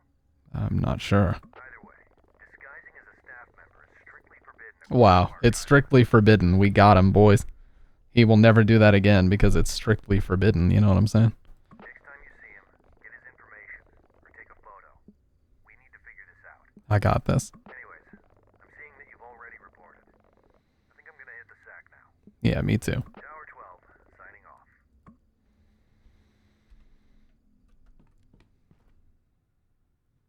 I like how it still gives me the option to hide. My unease was starting to grow with each passing day. So when I signed off that night, I told myself that it was just a change of environment that I needed getting used to. The strangeness I'd seen so far in those woods was not enough to cause an alarm yet. However, that would soon change.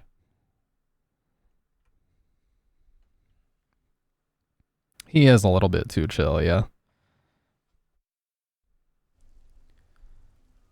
Well, good news. Just heard from the HQ. They say we've got a new system update on the computer. Mitch wanted me to let you know. They say it's an important security update. No more snoopers, I guess. Oh, yeah. So basically, we open this, and we go to help. And then we go check update.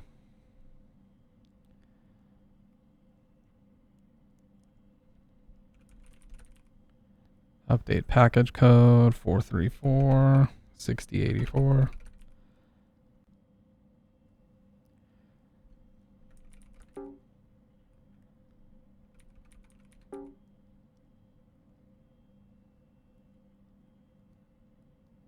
Oh.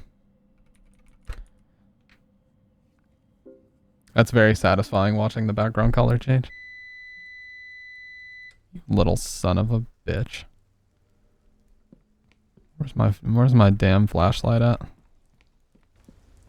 I love the rain here, by the way, but holy shit, it's like an actual hurricane came through.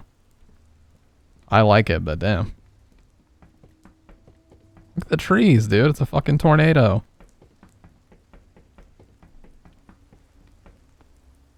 Generator ran out of gas.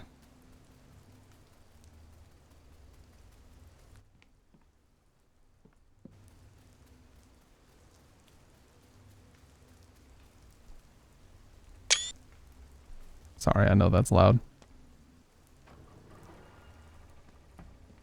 Oh yeah, that's that fighting game you said, right? I really had to pee before going back up. The door was open.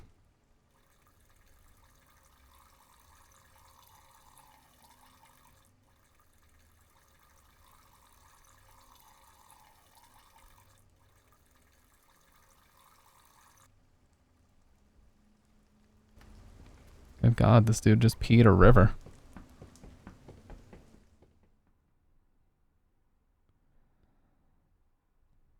One week later. Time was flying by. Connor's generator was under maintenance, which meant I had to cover his area for the past 2 days. When there were no fires going, the only thing I'd do is check in on Connor twice a day. That might have been the only time I ever talked. Unless I was talking to myself. 2:34 a.m. Yeah.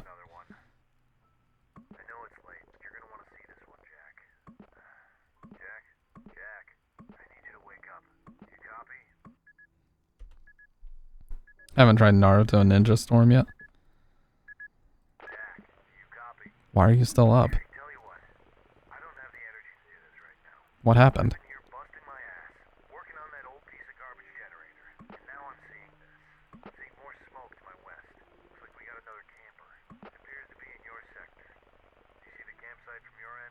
Let me have a look.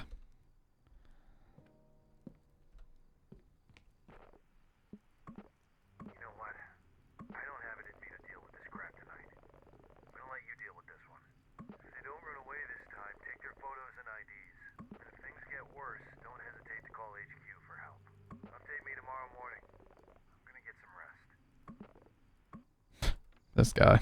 What a clown.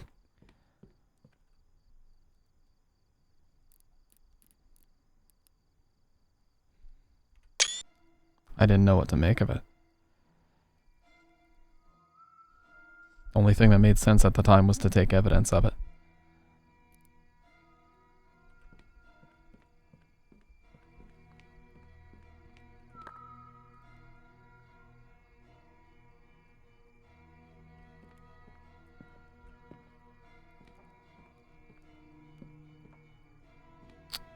Okay, where's my camera? Oh, I think I just have it.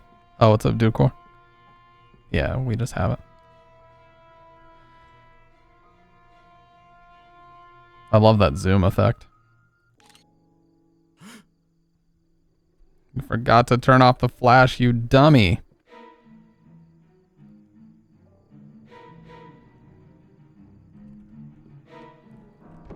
Oh shit.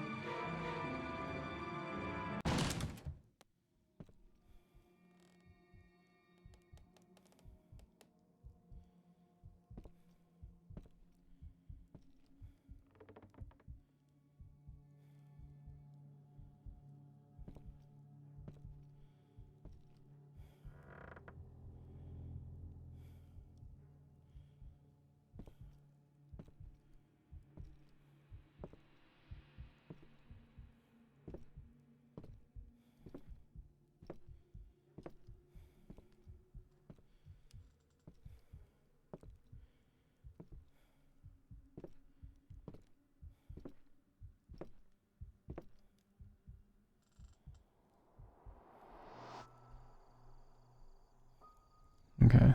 I had to make a run.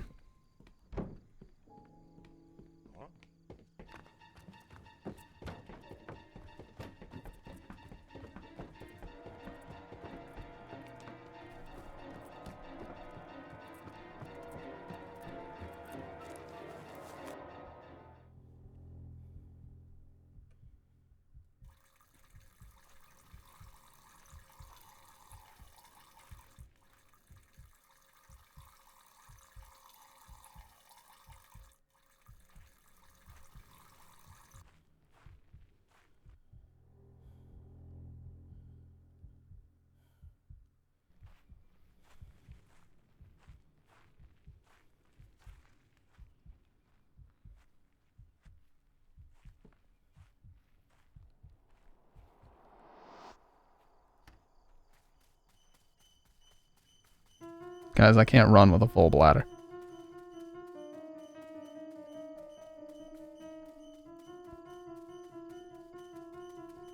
This trail.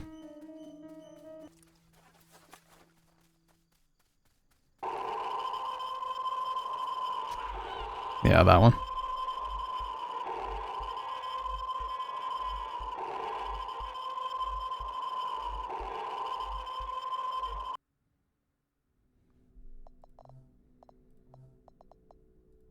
Oh, I think we have to do this whole part again. But that's alright, it's really fast.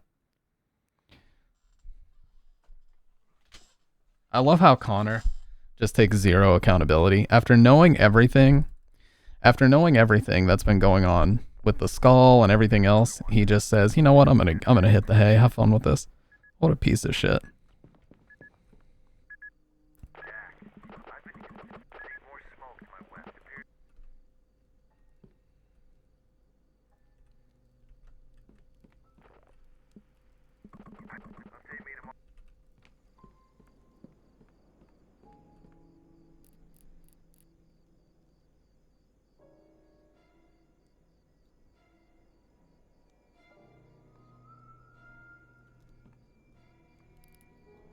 No, it's not.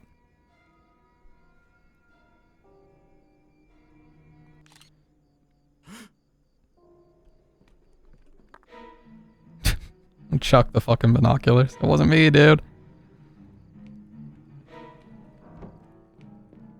Alright.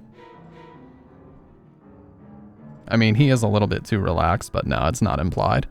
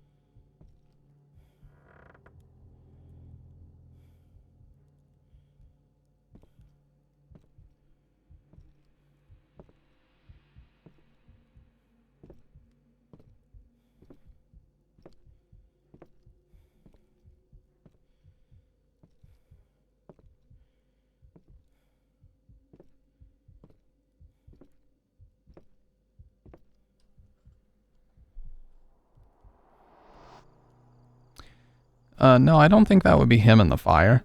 Because he was just on the radio like seconds before this. So I don't think that would be him.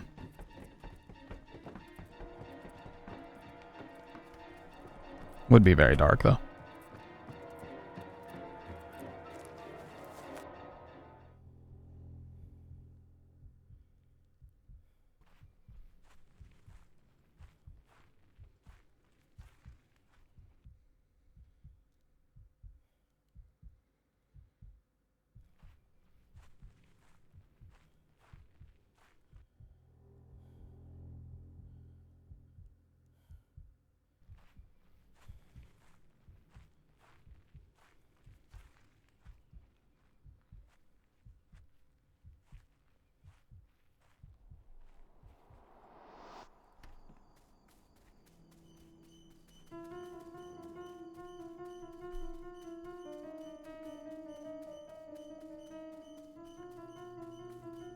Yeah, so we're going to run back to the main entrance where the extremely paranoid man brandishing a shotgun was.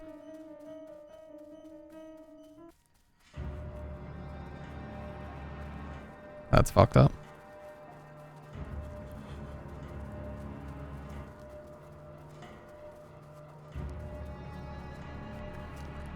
Oh god, okay. I got a little bit paranoid, I'm not gonna lie. Whew, I thought he was closer than he was. As adrenaline kicked in, I hit the gas and drove to the nearest ranger cabin. Out of breath, I radioed in to alert the HQ. Look, Jack, we all get a little stir-crazy out here, Mitch answered. Next morning, authorities allegedly ran a small investigation of the area, but of course, they met with no signs of misconduct. No one ever believed my story, dismissing it as a product of isolation. Just stick to looking out for fires, Mitch offered. However, that was the last time I ever set foot in those woods. The unease still sits heavy in my stomach. Even though many years have passed, the experience still feels vivid in my memory. My family thought I was making the whole thing up, which is really out of my character, but I know what I saw. Real or not, after dark, these woods can become a haven for illegal activities, so if any of you plan on going camping soon, please be safe. Yeah, this would be the one that if it turned out to be real, I would be the least surprised. Because let me tell you, I've heard about some crazy shit, especially cults in the South. They are a real thing, and they absolutely do still exist.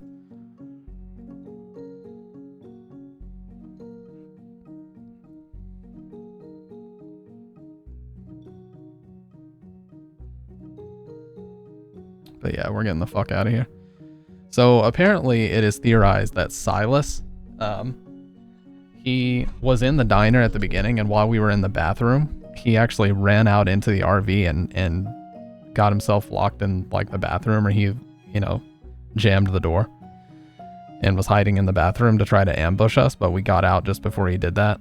So he basically connected with the rest of the cult to let them know that somebody else was occupying that tower. Yeah. And that's probably also how he knew our name. Like maybe they weren't like tapping the radio lines. Maybe they were actually just listening outside of our tower as we talked back and forth with Connor. It's a possibility. But yeah, Ironbark Lookout is great. That's definitely one of the best ones. It's tough to decide for me between Carson House and that one. I like them both a lot. But if I really sit down and think about it, I think Ironbark is probably the best one. All right. I wanted to check something here. Aw, damn it. My favorite is oh, you mean Woodbury Getaway. Not a hotel, but it's like a vacation house.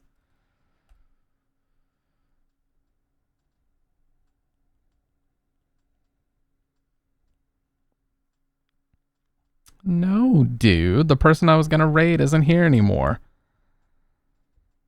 A reference to a famous cult that we all remember. Wasn't one of them about a motel? Not the Fears to Fathom games, no. Let's see. You know what, guys?